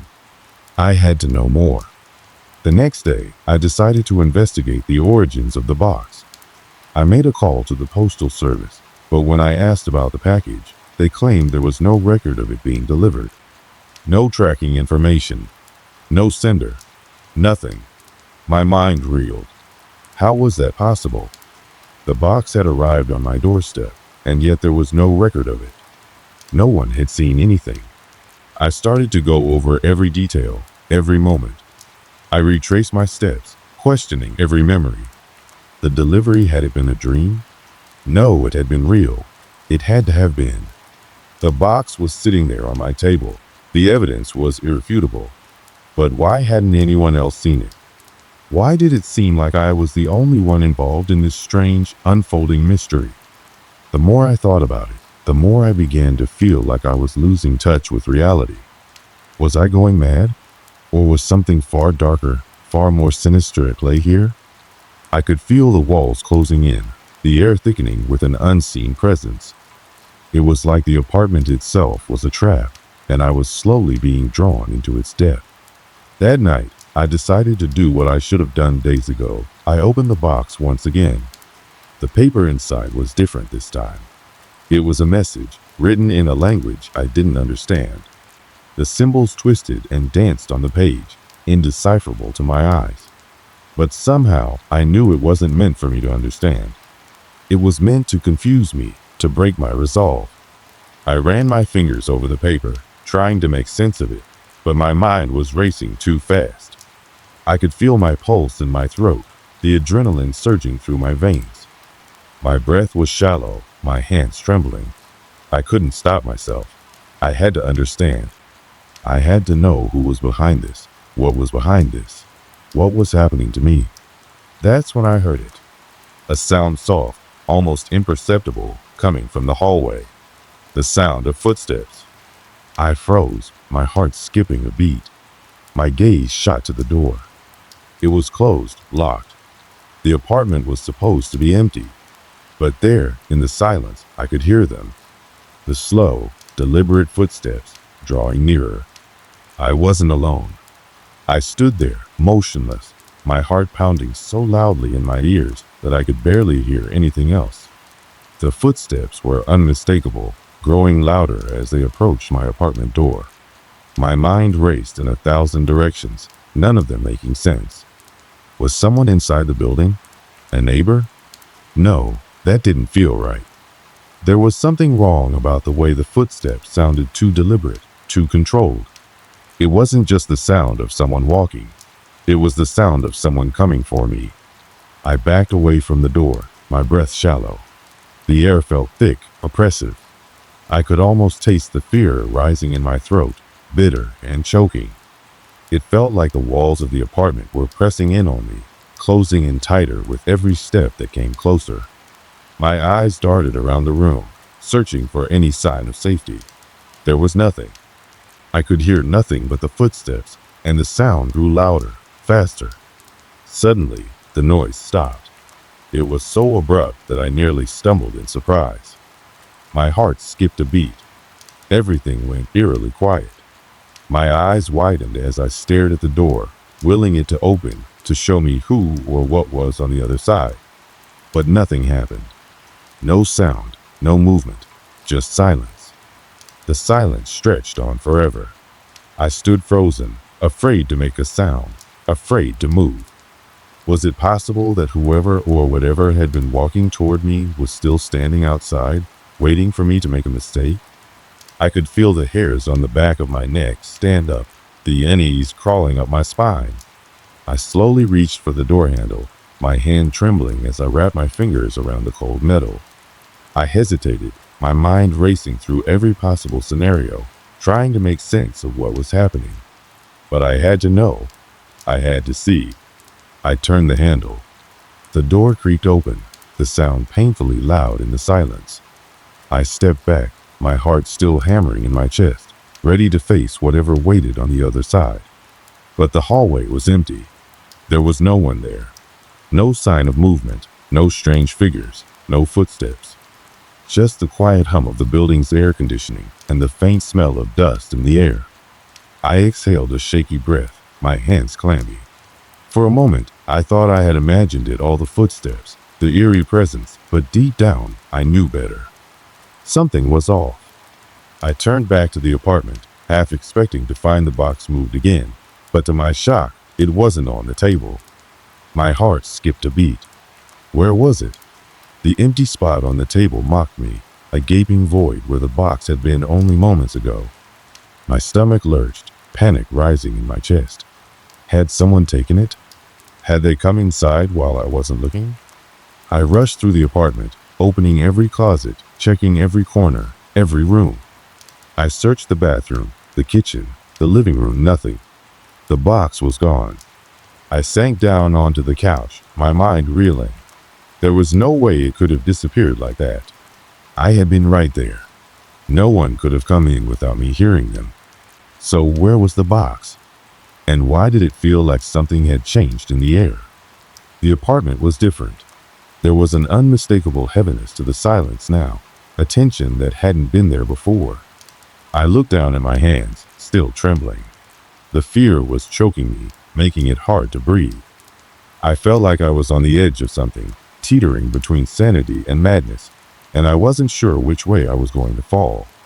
That's when it happened. I heard it, the low, guttural sound coming from somewhere in the apartment. It wasn't just a noise, it was a presence, a feeling that crawled under my skin, sending a jolt of terror straight to my core. The sound grew louder, more distinct, and then it started to take shape. A voice, a whisper. At first, it was too faint to make out, but then it grew clearer, sharper. You should have never opened it. My body went cold. My blood ran ice. The voice was not from anyone in the apartment. It wasn't coming from a person. It was coming from the box. I whipped around, my heart pounding in my chest. But the box wasn't there. It wasn't anywhere to be seen. My gaze shot to the floor, the walls, every corner, searching desperately for any sign of the box's presence. It felt like the air itself was closing in on me, suffocating me. The apartment seemed to pulse with an energy I couldn't understand. I stumbled backward, tripping over the coffee table and falling to the ground. My breathing was erratic now, shallow gasps of panic. I didn't know what was happening. My head spun, my vision blurred. Then I saw it. Out of the corner of my eye, I caught a glimpse of the box, a dark shape, barely visible, sitting in the corner of the room where I had just checked. But it was different now. The box looked alive.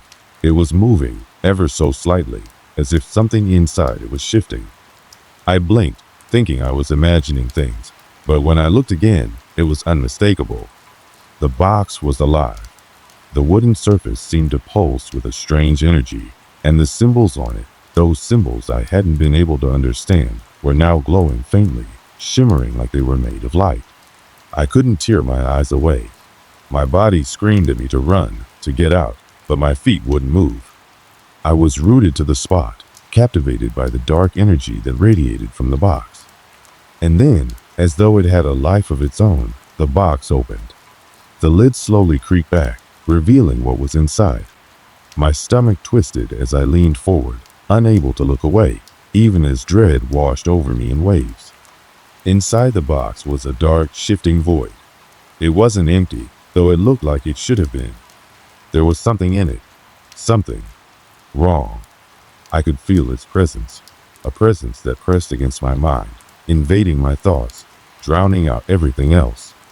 My vision flickered, and I staggered back, my mind struggling to comprehend what I was seeing. I was no longer alone. A figure stepped out of the box, but it wasn't human. It was a thing made of shadows, its form indistinct, like it had no physical shape, yet it stood before me. Its eyes, if you could call them eyes, were glowing, unnatural, and they locked onto me with an intensity that paralyzed me in place. I couldn't breathe, couldn't move, couldn't think. My mind was filled with nothing but fear, an overwhelming, suffocating fear that I couldn't escape. The figure spoke. Its voice was nothing like a human voice. It was more like a thought, a whisper that echoed in my mind. You opened it. Now you belong to it. I couldn't tear my eyes away from the creature. My body felt like it was frozen in place, as if my very soul was being drawn into the void of the box. My hands were trembling uncontrollably, my legs weak, as if they no longer belonged to me. The fear was suffocating, crawling under my skin, suffusing every fiber of my being. I was helpless, unable to move, unable to scream. And then, as if in response to my terror, the creature began to move closer, its form shifting and flickering, growing darker, more solid. I could feel it getting closer, the air thickening with its presence. The last thing I saw before the darkness consumed me was the thing's eyes, its empty, glowing eyes staring straight into mine.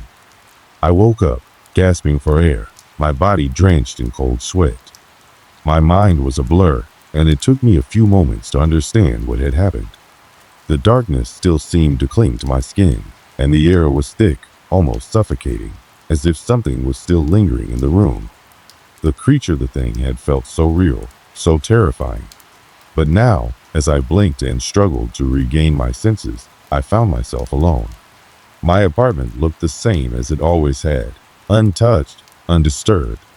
The box was gone. There was no sign of it, no trace of the creature that had emerged from it. I couldn't explain it, couldn't make sense of it. My heart was still racing, my chest tight with the weight of the fear that clung to me, even though nothing around me seemed out of place. I stumbled to my feet, my legs unsteady, as if I had just woken from a nightmare too real to dismiss. I was disoriented, confused. Had it all been a hallucination? Had I imagined the entire thing? I tried to remember the feeling, the weight of the fear, the suffocating presence of the creature, but my mind couldn't quite hold on to the details. It was slipping away, like a dream that faded as soon as I tried to recall it. Still, something told me that what I had experienced wasn't just in my head. I quickly checked every corner of the apartment, half expecting to find the box or any sign of the entity that had haunted me. But there was nothing. The apartment was eerily still, and all that remained was the oppressive silence, the same silence that had hung over me before everything had spiraled into madness. It felt as though the world had shifted slightly off its axis, and I was left grappling with the aftermath of something I couldn't fully understand. I couldn't stay there. I needed answers. I needed to get out of that apartment, away from the place where the unexplainable had taken root. I grabbed my phone, trying to steady my trembling hands as I dialed the only person who might understand what had happened. "Hey," I said when the phone finally connected, my voice hoarse, barely above a whisper. "I need help." There was a long pause before the voice on the other end responded, calm but concerned. "What's going on? Are you okay?" I don't know," I replied, the words tumbling out in a rush. "Something happened. I don't even know how to explain it. There was a box, and something inside it. Something that wasn't human. And then, I don't know. It's like I was trapped in some sort of nightmare, and now everything's just wrong. Please, I need to get out of here." My friend's voice softened. "Okay, take a deep breath.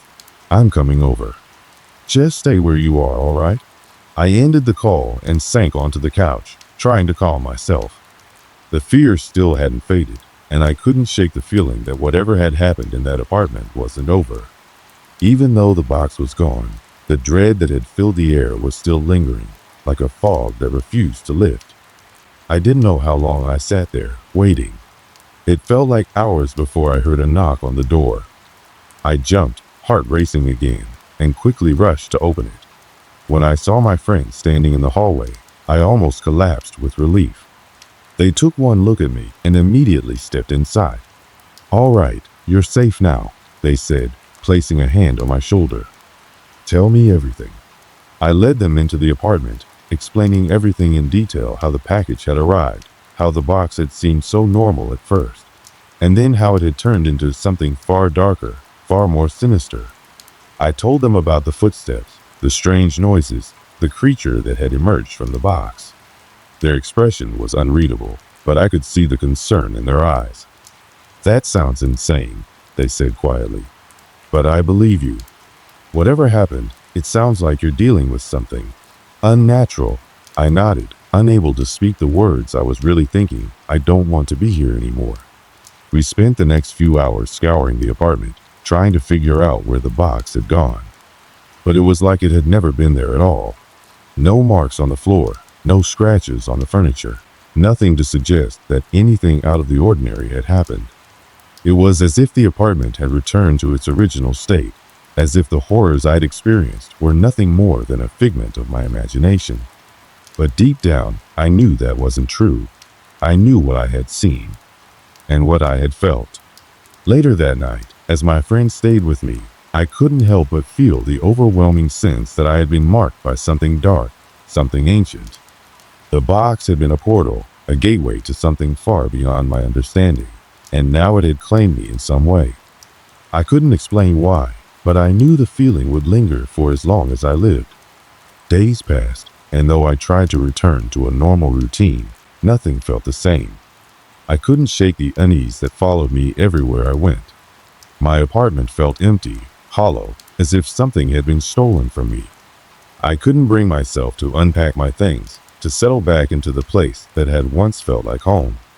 I kept expecting the box to reappear, to feel that oppressive weight in the air again. But it never came back. I tried to put it out of my mind. I couldn't live in fear forever. But the truth was, I couldn't forget. There was no simple resolution, no way to undo what had been done.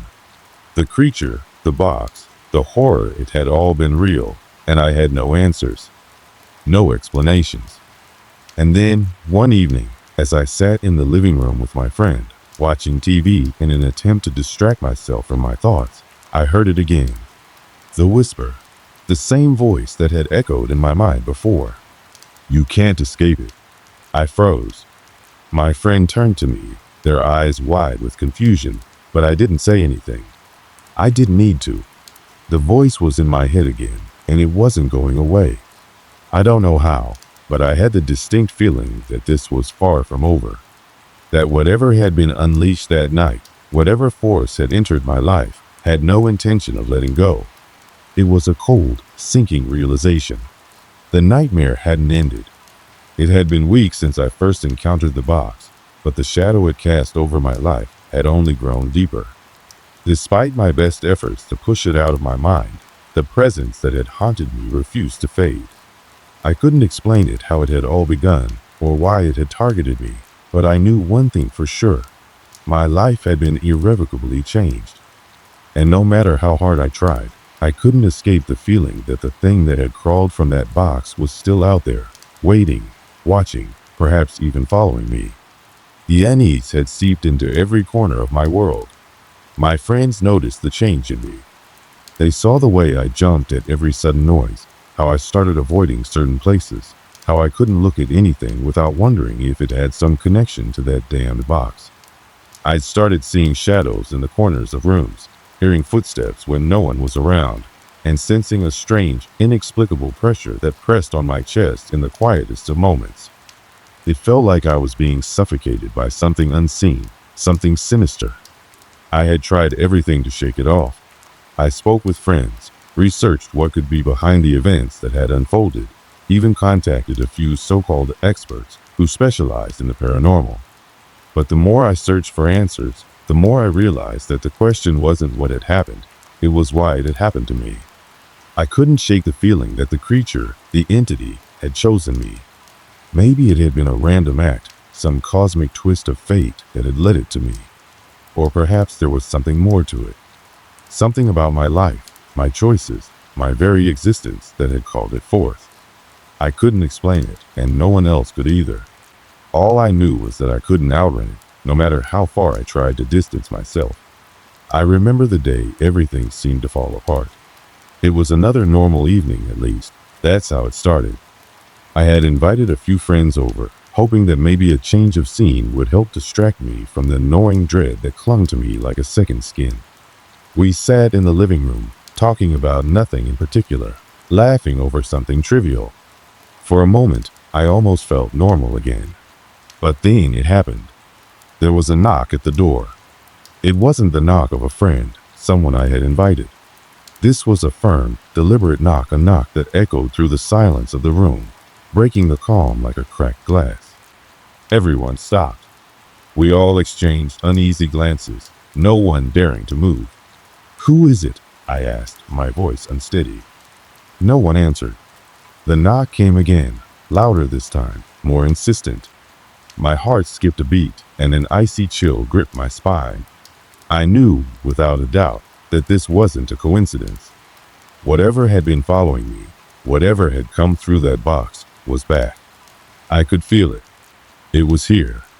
I stood frozen for a moment, a knot forming in my stomach. My mind raced, and I could feel my breath growing shallow as panic began to crawl up my throat.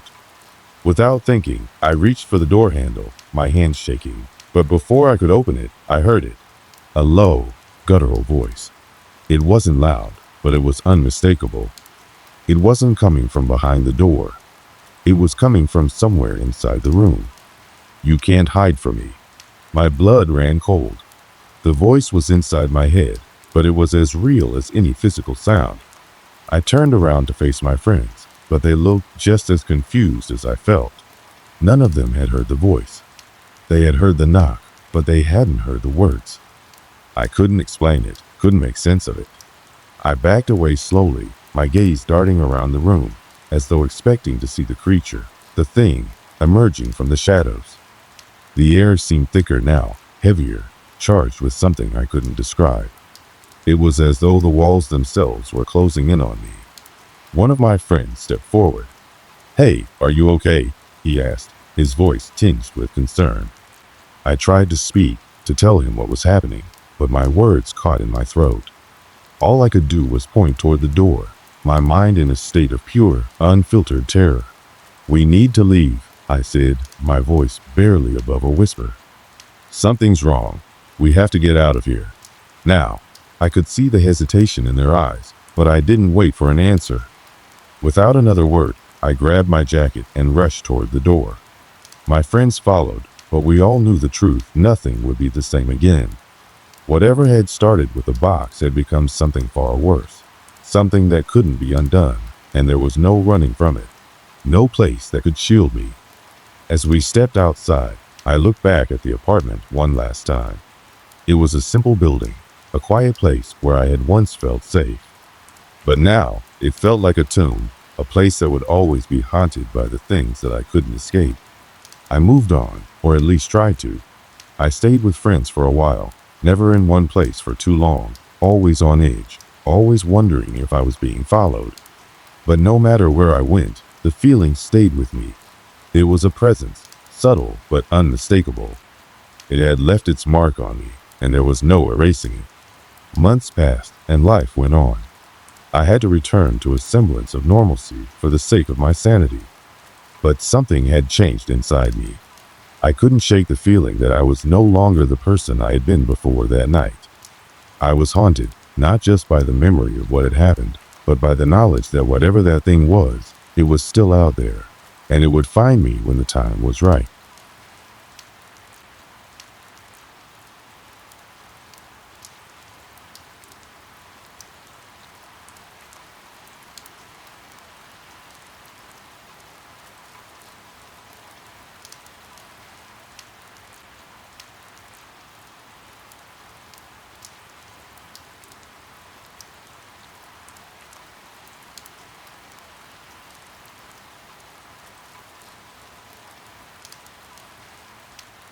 It all started during a trip that was supposed to be a break from the grind of daily life, a much-needed escape. I was on the road for work, which meant a lot of time spent away from home. Sometimes, being away for days on end could be exhausting, but I'd gotten used to it. It was routine. Pack my bags, hop on a plane, rent a car, check into a hotel, attend meetings, then return to the hotel, order room service, and crash in front of the TV before doing it all over again the next day. This particular trip had me staying at a hotel that was located in a smaller, quieter part of town. It wasn't one of the big, flashy chains with glitzy lobbies and elevators that hummed as they moved. This was a more old-fashioned place, one of those hotels that had been around for decades, with creaky floors, dim lighting, and an atmosphere that felt like it was stuck in the past. It had character, sure, but the kind of character that made you wonder what stories those walls could tell if they could speak. I remember pulling up to the hotel after a long day of meetings, the sun already dipping below the horizon. It was a tall, narrow building, the windows dark against the evening sky. The air was cool, the kind of crisp chill that makes you tug your coat a little tighter around you. I didn't think much of it at the time. After all, I was tired, ready to rest, and I had no idea that this hotel, of all places, would turn my world upside down. I checked in at the front desk, where the receptionist, an older woman with short gray hair, greeted me with a smile that didn't quite reach her eyes. Her voice was soft, almost like she didn't want to disturb the quiet of the hotel. She handed me the key to room 314, her fingers brushing against mine as she did. I thought nothing of it. She gave me a look, a brief pause, as if she were going to say something, but then chose not to. She simply handed me the key and told me to enjoy my stay. The elevator was ancient, the doors creaking open with a reluctant sigh. The elevator ride itself was uneventful, except for the flickering light above me, which I shrugged off. As I walked down the hallway to my room, I noticed that it was quieter than usual. No sounds of other guests, no sounds of anyone coming or going. Just silence and the soft click of my shoes on the floor. I reached room 314, slid the key into the door, and stepped inside.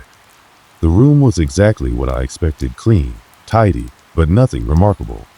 There was a bed, a desk, a couple of chairs, a small TV, and a window that overlooked the street. A typical hotel room, nothing to write home about. I tossed my bag on the bed and walked over to the window. The street outside was empty, the lights of the town flickering in the distance, but there was a certain quietness to it that felt almost unnerving. I shook off the feeling, telling myself I was just tired from the day. I took a deep breath, turned away from the window, and unpacked my things. As I began to unwind, I grabbed the remote and flicked on the TV, hoping for something to take my mind off the day's events. The room was calm, the faint hum of the air conditioning filling the silence, and for a moment, everything felt perfectly normal. But that's when I first noticed something strange. I had set my suitcase on the floor near the bed, the zipper facing up.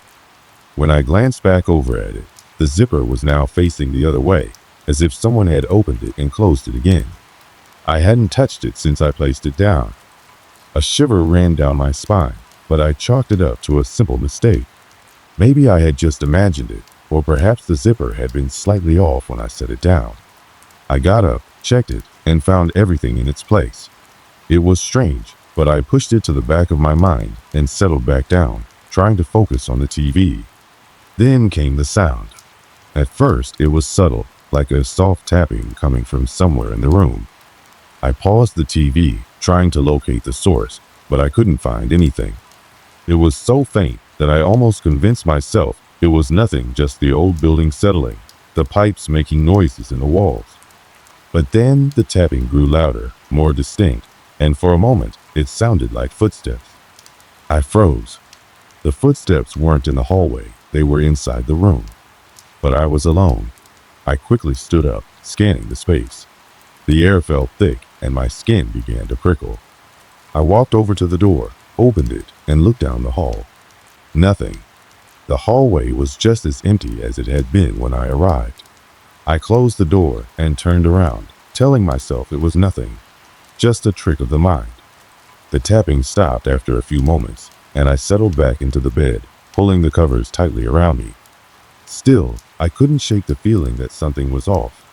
Maybe it was just the exhaustion, or maybe it was something else. I didn't know, but I couldn't quite relax. The room felt colder now, a chill in the air that I couldn't explain. I pulled the blankets tighter around me, closed my eyes, and tried to sleep. But sleep wouldn't come easily. There was something in the air, something I couldn't quite put my finger on. And so, I lay there in the darkness, waiting for whatever was to come next. As the night wore on, I found myself lying in that bed, wide awake, the shadows in the corners of the room feeling a little too dark, the air a little too cold. Every little sound seemed amplified in the silence, the soft hum of the air conditioning, the distant creak of the building settling, the rustle of the sheets beneath me. But still, I couldn't shake the feeling that something wasn't right. I tried to convince myself it was just the exhaustion from a long day, the unfamiliarity of the hotel, but deep down, I knew there was more to it. I closed my eyes, hoping to fall asleep despite the unease gnawing at me. And yet, sleep didn't come. It was as if my mind was alert, too aware of every little thing around me. I told myself I was being paranoid, that the strange sensation in the air was nothing more than a product of my own tired mind. But then, the first real sign that something was wrong hit me. It was subtle, almost imperceptible at first, but enough to make the hairs on the back of my neck stand up. I had placed my phone on the nightstand when I entered the room earlier. It was just sitting there, charging, its screen dark. But now, in the dim light, I could see it was lit up just a little, enough to catch my attention. I blinked, squinting at it in confusion. Had I accidentally tapped it?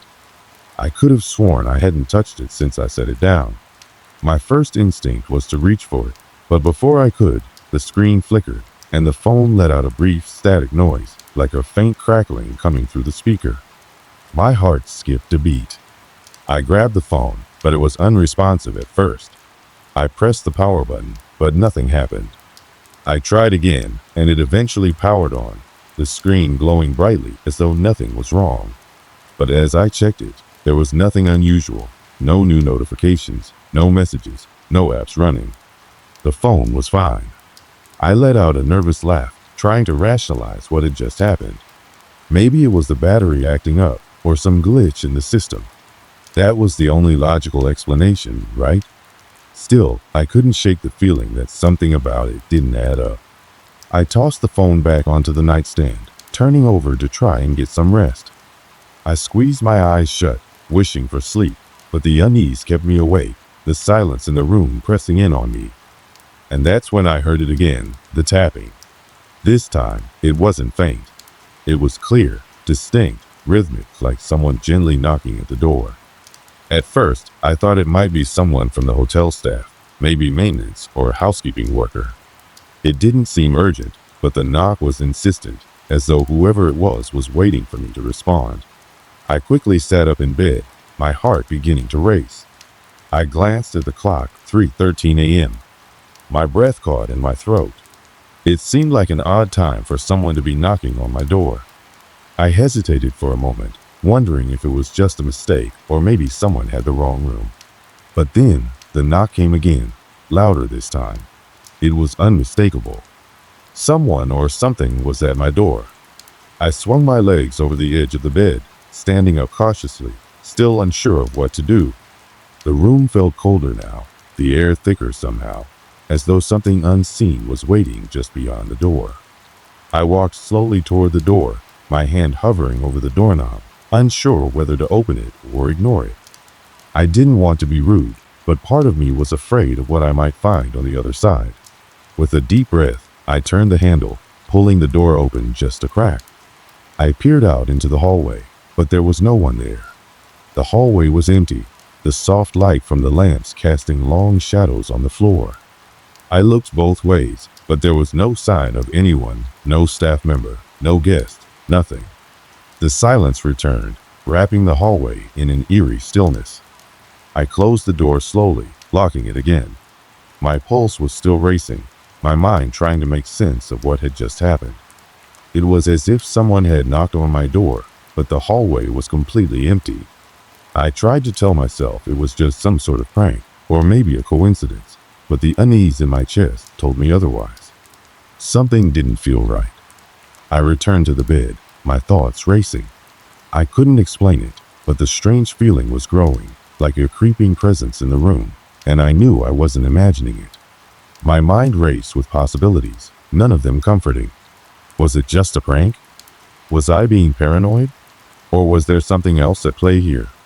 I tried to shake off the feeling, pulling the blankets around me tightly, as though they could protect me from whatever was lurking in the shadows. I lay there, staring at the ceiling, willing myself to fall asleep, but every creak of the building made me jump. Every shift in the air made my skin prickle. Just as I was beginning to drift off, exhausted from the tension, I heard it again.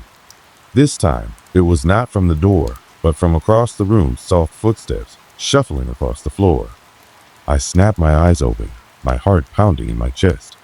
The footsteps were slow, deliberate, like someone was walking across the room toward me. I lay perfectly still, listening intently. The footsteps stopped, and then I heard the unmistakable sound of something heavy being moved. It was as though something or someone was dragging a piece of furniture across the floor. I quickly sat up in bed, my eyes scanning the room frantically. The air felt thick, oppressive, as though it were closing in around me. I stared at the door, the window, the corners of the room where the shadows gathered. But there was nothing there. No one. Just the dim glow of the lamp and the muffled sounds of the building settling. I swung my legs off the bed, the coldness of the floor sending a shiver up my spine as I stood. I walked slowly around the room, checking every corner, opening the closet, checking the bathroom. Everything was exactly where it should be. Nothing had moved. But that's when I noticed something else. The nightstand, where I had placed my phone, was slightly askew. I didn't remember bumping it. It was as if someone had nudged it just enough to change its position. I froze, staring at it. My breath caught in my throat, my heart hammering in my chest. There was no mistaking it. The strange incidents were beginning to pile up, one after the other. I stepped back, my mind racing with questions, trying to make sense of what was happening. I had been alone in the room the entire time, so who or what had been knocking at my door? Who or what had been moving around the room? And why did everything feel so off? It was becoming clear to me now that this wasn't just a coincidence. Something was happening here, something I couldn't explain, and it was beginning to make me feel more and more uneasy with each passing moment. I knew I had to get some answers, but the question was, what was I going to find when I started looking? The next few hours passed in an uneasy silence. I lay awake in bed, wide-eyed, unable to shake off the tension in the room. I couldn't tell if it was exhaustion or pure fear, but every time I closed my eyes, the shadows seemed to stretch longer, as if they were closing in. The silence felt oppressive, suffocating. The faintest sounds, like the rustle of the curtains or the distant hum of the building's systems, sent my heart racing. I couldn't escape the feeling that I was being watched, that something in the room was waiting. I kept telling myself it was nothing, that I was just being paranoid. But then, the noises started again. Soft taps on the door, like before, but this time they were more insistent, rhythmic. My stomach dropped. It was the middle of the night. Why was someone still knocking? I glanced at the clock on the nightstand, 3:47 a.m. I couldn't ignore it anymore. Something wasn't right. The knock was becoming more frequent, not just at the door, but now coming from somewhere deeper within the room. The floor creaked, a faint dragging sound moved across the room, and the air felt colder, unnaturally cold. I couldn't stay still anymore. I had to do something. I swung my legs over the side of the bed again, the chill of the floor beneath my bare feet sending another shiver up my spine. My fingers brushed over the edge of the nightstand as I stood, a sense of urgency growing with each passing second. I walked toward the door, pausing only to glance over my shoulder at the room empty, yet filled with a sense of something just beyond my sight. My eyes lingered on the empty corners, but there was nothing there. The knock came again, louder this time. It felt like someone or something was waiting for me to open the door. I hesitated, heart racing in my chest. Should I open it? What if it was just a prank? Or worse, what if it wasn't? I took a deep breath and reached for the doorknob, twisting it slowly, just enough to peek through the crack. The hallway was still empty. A cold wave of relief washed over me. I quickly shut the door again, locking it behind me, but the feeling of unease didn't dissipate.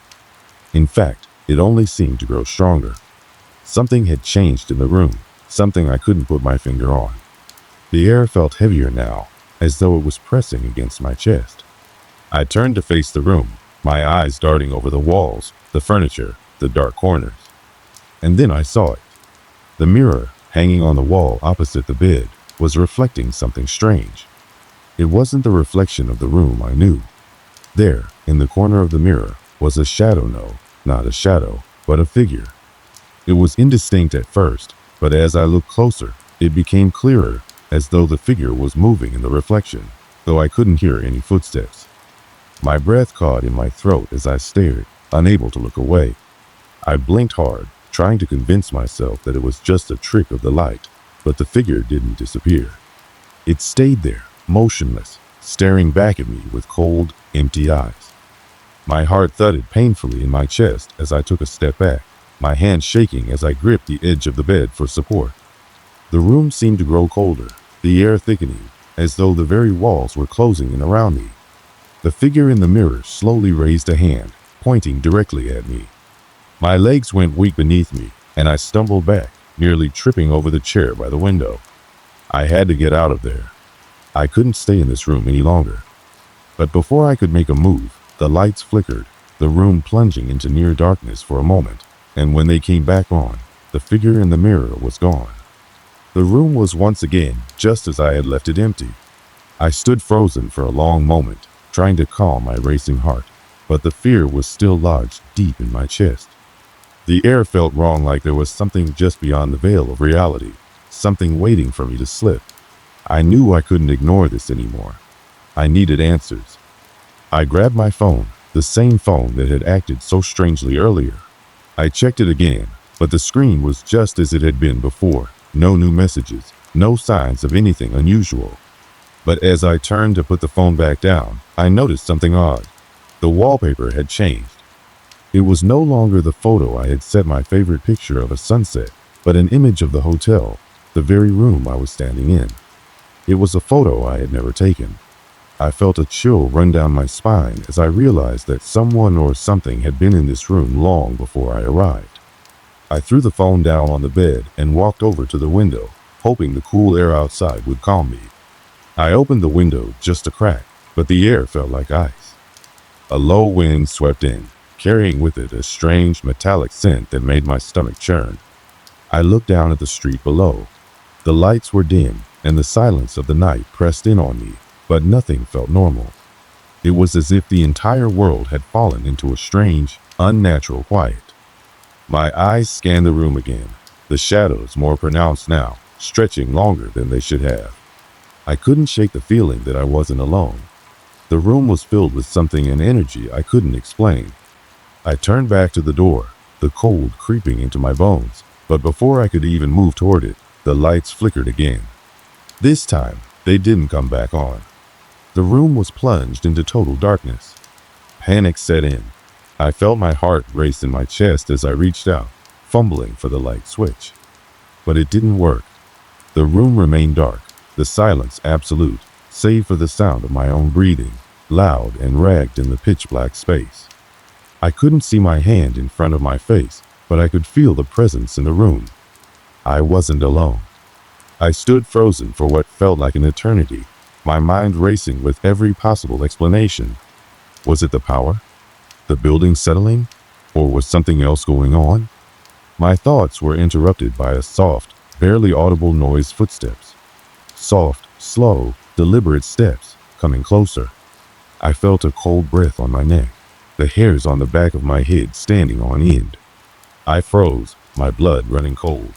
I couldn't move. I couldn't breathe. And then the lights flickered back on. But the room was no longer empty. There, standing at the foot of the bed, was a figure, tall, indistinct, but unmistakably there. It wasn't a person, not really. The shape was wrong, the proportions off, like something trying to mimic human form but failing. I tried to scream, but my voice wouldn't come. My legs were locked in place, my body paralyzed by fear. The figure stepped closer, its presence suffocating, its eyes locked onto mine. And then it spoke. It didn't speak with words, but with a thought and overwhelming presence that filled my mind, drowning out everything else. Leave this place. Leave before it's too late. I wanted to run, to scream, to do anything to escape. But I was frozen, trapped in that moment, unable to move, unable to do anything but stare at the figure. It took another step forward, and the world seemed to bend around it. I closed my eyes, praying it would disappear. But when I opened them again, it was gone. I stood there, rooted to the spot, unable to process what had just happened. The figure, the voice, the overwhelming sensation that I was no longer alone in, all swirled around in my mind, too much to grasp, too terrifying to comprehend. I staggered backward, my hands clutching the edge of the bed for support as my knees buckled. The room felt like it was closing in on me, the walls pressing inward, suffocating me. The air was thick with something, an energy, a weight that I couldn't describe. It was as if the very space around me was alive, watching me, waiting for me to make the next move. For what felt like an eternity, I stood there, barely able to breathe. I wanted to scream, to call for help, but my voice wouldn't come. The room remained unnervingly quiet, except for the pounding of my heart in my ears. My eyes darted from one corner of the room to the other, searching for any sign of movement, any indication that the figure might return. But nothing happened. The room was empty, too empty. I felt the coolness of the floor beneath my feet, the sensation grounding me, reminding me that I was still here, still alive. But alive was a loose term, wasn't it? After what had just happened, I wasn't sure I believed in anything as simple as life and death anymore. What was happening to me? To this room? I stumbled toward the window again, desperate for some sense of reality to anchor me. I needed to get out of here. I needed answers. But when I reached the window, I hesitated. The night outside was as still as the room, the lights of the street below twinkling far off in the distance, yet everything felt wrong. Even the air outside, though cool, carried with it a strange sense of unease, like I wasn't supposed to be here, like the world outside was just as disconnected from reality as the room I was standing in. I glanced back at the door, my only possible escape. But before I could reach for the handle, the lights flickered again this time, not just once, but repeatedly, faster and faster, as if the room itself were shaking, rattling with some unseen force. The light above the bed buzzed, a shrill, electric hum filling the space, vibrating through my bones. And then it stopped. The room was plunged into darkness once more. I could hear the low groan of the building creaking, shifting, settling. But there was something else now, something heavier, more foreboding, coming from somewhere in the room. A faint sound, almost like the softest whispering, but there were no words, no language I could understand. It was as if the very walls were speaking, whispering secrets into the air, secrets I wasn't meant to hear. I forced myself to move, to take a step away from the window. My mind raced with fear, the feeling of dread creeping up my spine. I needed to get out. I had to get out. But then, in the silence that followed the flickering lights, I heard it again, this time unmistakable. A knock. A single, deliberate knock on the door. I froze. The knocking was slow, methodical, like someone or something was waiting for me to answer. My entire body tensed, every nerve on edge, and for a moment, I didn't know whether to run, to hide, or to just wait for whatever was going to happen next. I couldn't let it happen again. I couldn't let whatever was out there get closer. My hand reached out, trembling, toward the doorknob.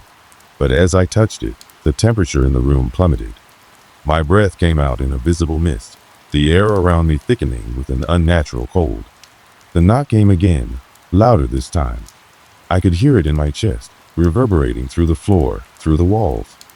And then the voice returned. That low, hollow voice, as though it were coming from all around me. You should have left when you had the chance. The voice was chilling, but it wasn't just the words that terrified me. It was the way it made me feel, the way it sank into my bones, paralyzing me with a terror so deep it seemed to erase any sense of logic, any sense of self. The voice knew my thoughts. It knew my fear. I had to move. I had to do something. But before I could react, the door swung open on its own, the knob turning with a force I couldn't explain, pulling it away from my grasp. I stumbled backward, nearly tripping over the chair by the window. And there, standing in the doorway, was the figure. It wasn't a man. It wasn't even human. The thing in the doorway was something beyond comprehension. Tall and shadowy, its form shifting, as if it were made of darkness itself, it stood there, unmoving. Its face, or what could pass for a face, was featureless, a blank canvas of void. And yet, I could feel it watching me. I could feel its eyes, even though I couldn't see them. The air grew even colder, a biting chill that wrapped around my skin, making my teeth chatter. The thing didn't speak this time. It didn't need to. Its presence alone was enough to crush every thought, every urge to escape. I was frozen, trapped in that moment, caught between fear and a helplessness I couldn't fight. I wanted to scream. I wanted to run. But my body betrayed me. I couldn't move. I couldn't breathe. Then, the figure stepped forward. Each step it took reverberated through the floor, shaking the very foundation of the building. I could feel the weight of its movements in my chest, as though the room itself was being pulled into its orbit. The figure's hand reached out slowly, and as it did, I felt something stir in the air, something dark, something alive. It was reaching for me, reaching for my very soul. The world seemed to shift around me, spinning out of control. My mind screamed at me to move, to do something, anything, but I was paralyzed. The figure's hand was inches from my face now, the cold emanating from it so intense that I felt my skin begin to burn. And then, just as it was about to touch me, the room erupted into light. A brilliant, blinding flash that filled every corner of the space. The figure screamed not with a voice, but with a sound so terrible that it tore through my very being, rattling my mind. The light grew so intense, so overwhelming, that I could no longer see anything. I shut my eyes, trying to block out the pain, but it was as if the light itself was searing through my eyelids, burning into my brain. When the light faded, the figure was gone. The room was empty once again. I stumbled forward, gasping for air, my body trembling uncontrollably. The light had taken it away, but at what cost? I wasn't sure what had just happened, what I had just experienced. But I knew one thing for certain. I was no longer the same. The thing I had faced, the terror that had consumed me, it had marked me. I couldn't stay here anymore. I turned and ran for the door. This time, the knocking was gone. The silence was back. But I knew, deep in my gut, that I wasn't free. The terror was still there, lingering, waiting for me to return, waiting for me to face whatever darkness lay ahead. But I didn't know if I could survive it again. I had to leave. I had to get out of this place. My legs moved faster than I could process. I reached the door, flinging it open with a force I hadn't realized I possessed. The hallway outside the room was dark, as if the light from the world beyond had retreated, leaving nothing but the oppressive weight of silence. I didn't look back. I couldn't. The moment I stepped out, I felt as though a tether had been severed. I wasn't tied to that room anymore, and yet, a part of me, the part that had seen what I had just seen, still lingered in that space. I stumbled down the hall, feeling the cold air of the building bite at my skin, but it was nothing compared to the chill that gripped my insides. My mind raced with thoughts of what had happened. What was that thing? What did it want with me? Why had it shown itself in that room? Was it only a glimpse of something more, something worse? I reached the elevator, pressing the button repeatedly, as though I could force it to arrive faster. The moment the doors opened, I rushed inside, almost falling to my knees as I pressed the ground floor button. The elevator descended with a jarring lurch, and with every passing floor, I felt the weight of my fear lift slightly. But it wasn't gone. Not by a long shot. When the doors finally opened, I bolted into the lobby, my eyes scanning the room as if expecting the figure to appear at any moment. But the lobby was as normal as I had left it, quiet, with the soft hum of the air conditioning in the background. No sign of anything out of the ordinary. I didn't stop to check out. I didn't care about returning the key or asking for help. I grabbed my things and ran. I ran out of that hotel, out into the cold night air, never looking back. The drive home was a blur. I don't even remember how I made it. My mind was too wrapped up in the events of that night, too overwhelmed by what I just experienced. The shadows, the whispers, the figure, it felt like it was all chasing me, even though I was miles away. My hands gripped the steering wheel so tightly that my knuckles turned white, but it didn't matter. I couldn't escape the terror that had followed me out of that place. When I finally arrived home, I locked every door, drew every curtain, and sat in silence. The silence, however, didn't comfort me. It was too quiet, too heavy. My eyes kept darting to the corners of the room, half expecting to see a shadow move, to feel the air grow cold again. I didn't sleep that night. How could I? How could I ever sleep again after what I had seen? After what had nearly touched me? Days passed. I went about my life, trying to act normal, trying to pretend that nothing had happened. But it was impossible. Every time I closed my eyes, I saw it again, the figure, standing in the doorway. Every time I heard a knock on my door, my heart would skip a beat, and I'd find myself frozen, unable to move. I froze. My breath caught in my throat. My hands gripped the blanket beneath me as I waited for it to come again. But it didn't. Not yet. I waited, every second dragging on as if time itself was being stretched. The knock came again. It was soft, almost a whisper, but unmistakable. And I knew, without a shadow of a doubt, that it wasn't over.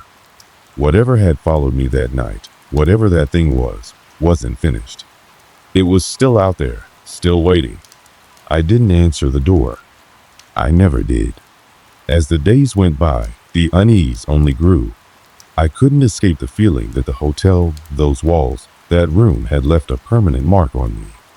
Every knock at the door, every shadow in the corner of my eye, every chill in the air reminded me of what I had gone through. The fear never fully dissipated. It simply faded into the background, always lingering just beneath the surface. I eventually moved to a new place, far from the city, far from that hotel. But even in the new house, I never truly felt at peace. It was as if that dark presence had followed me, a silent shadow I couldn't escape. I thought about the thing in that room often. I thought about the whispers, the figure, the cold hand that reached for me. Was it real? Was it something that existed in that place, or was it all just a product of my own mind? I couldn't say. What I did know was that something about that night, something about that hotel, had changed me. The fear, the uncertainty, the unknown, it had become a part of who I was. And sometimes, when the night was especially quiet, when the wind howled just right, I could still hear it, a knock at the door. A soft, insistent knock. I never answered. Some doors, once opened, should never be closed again.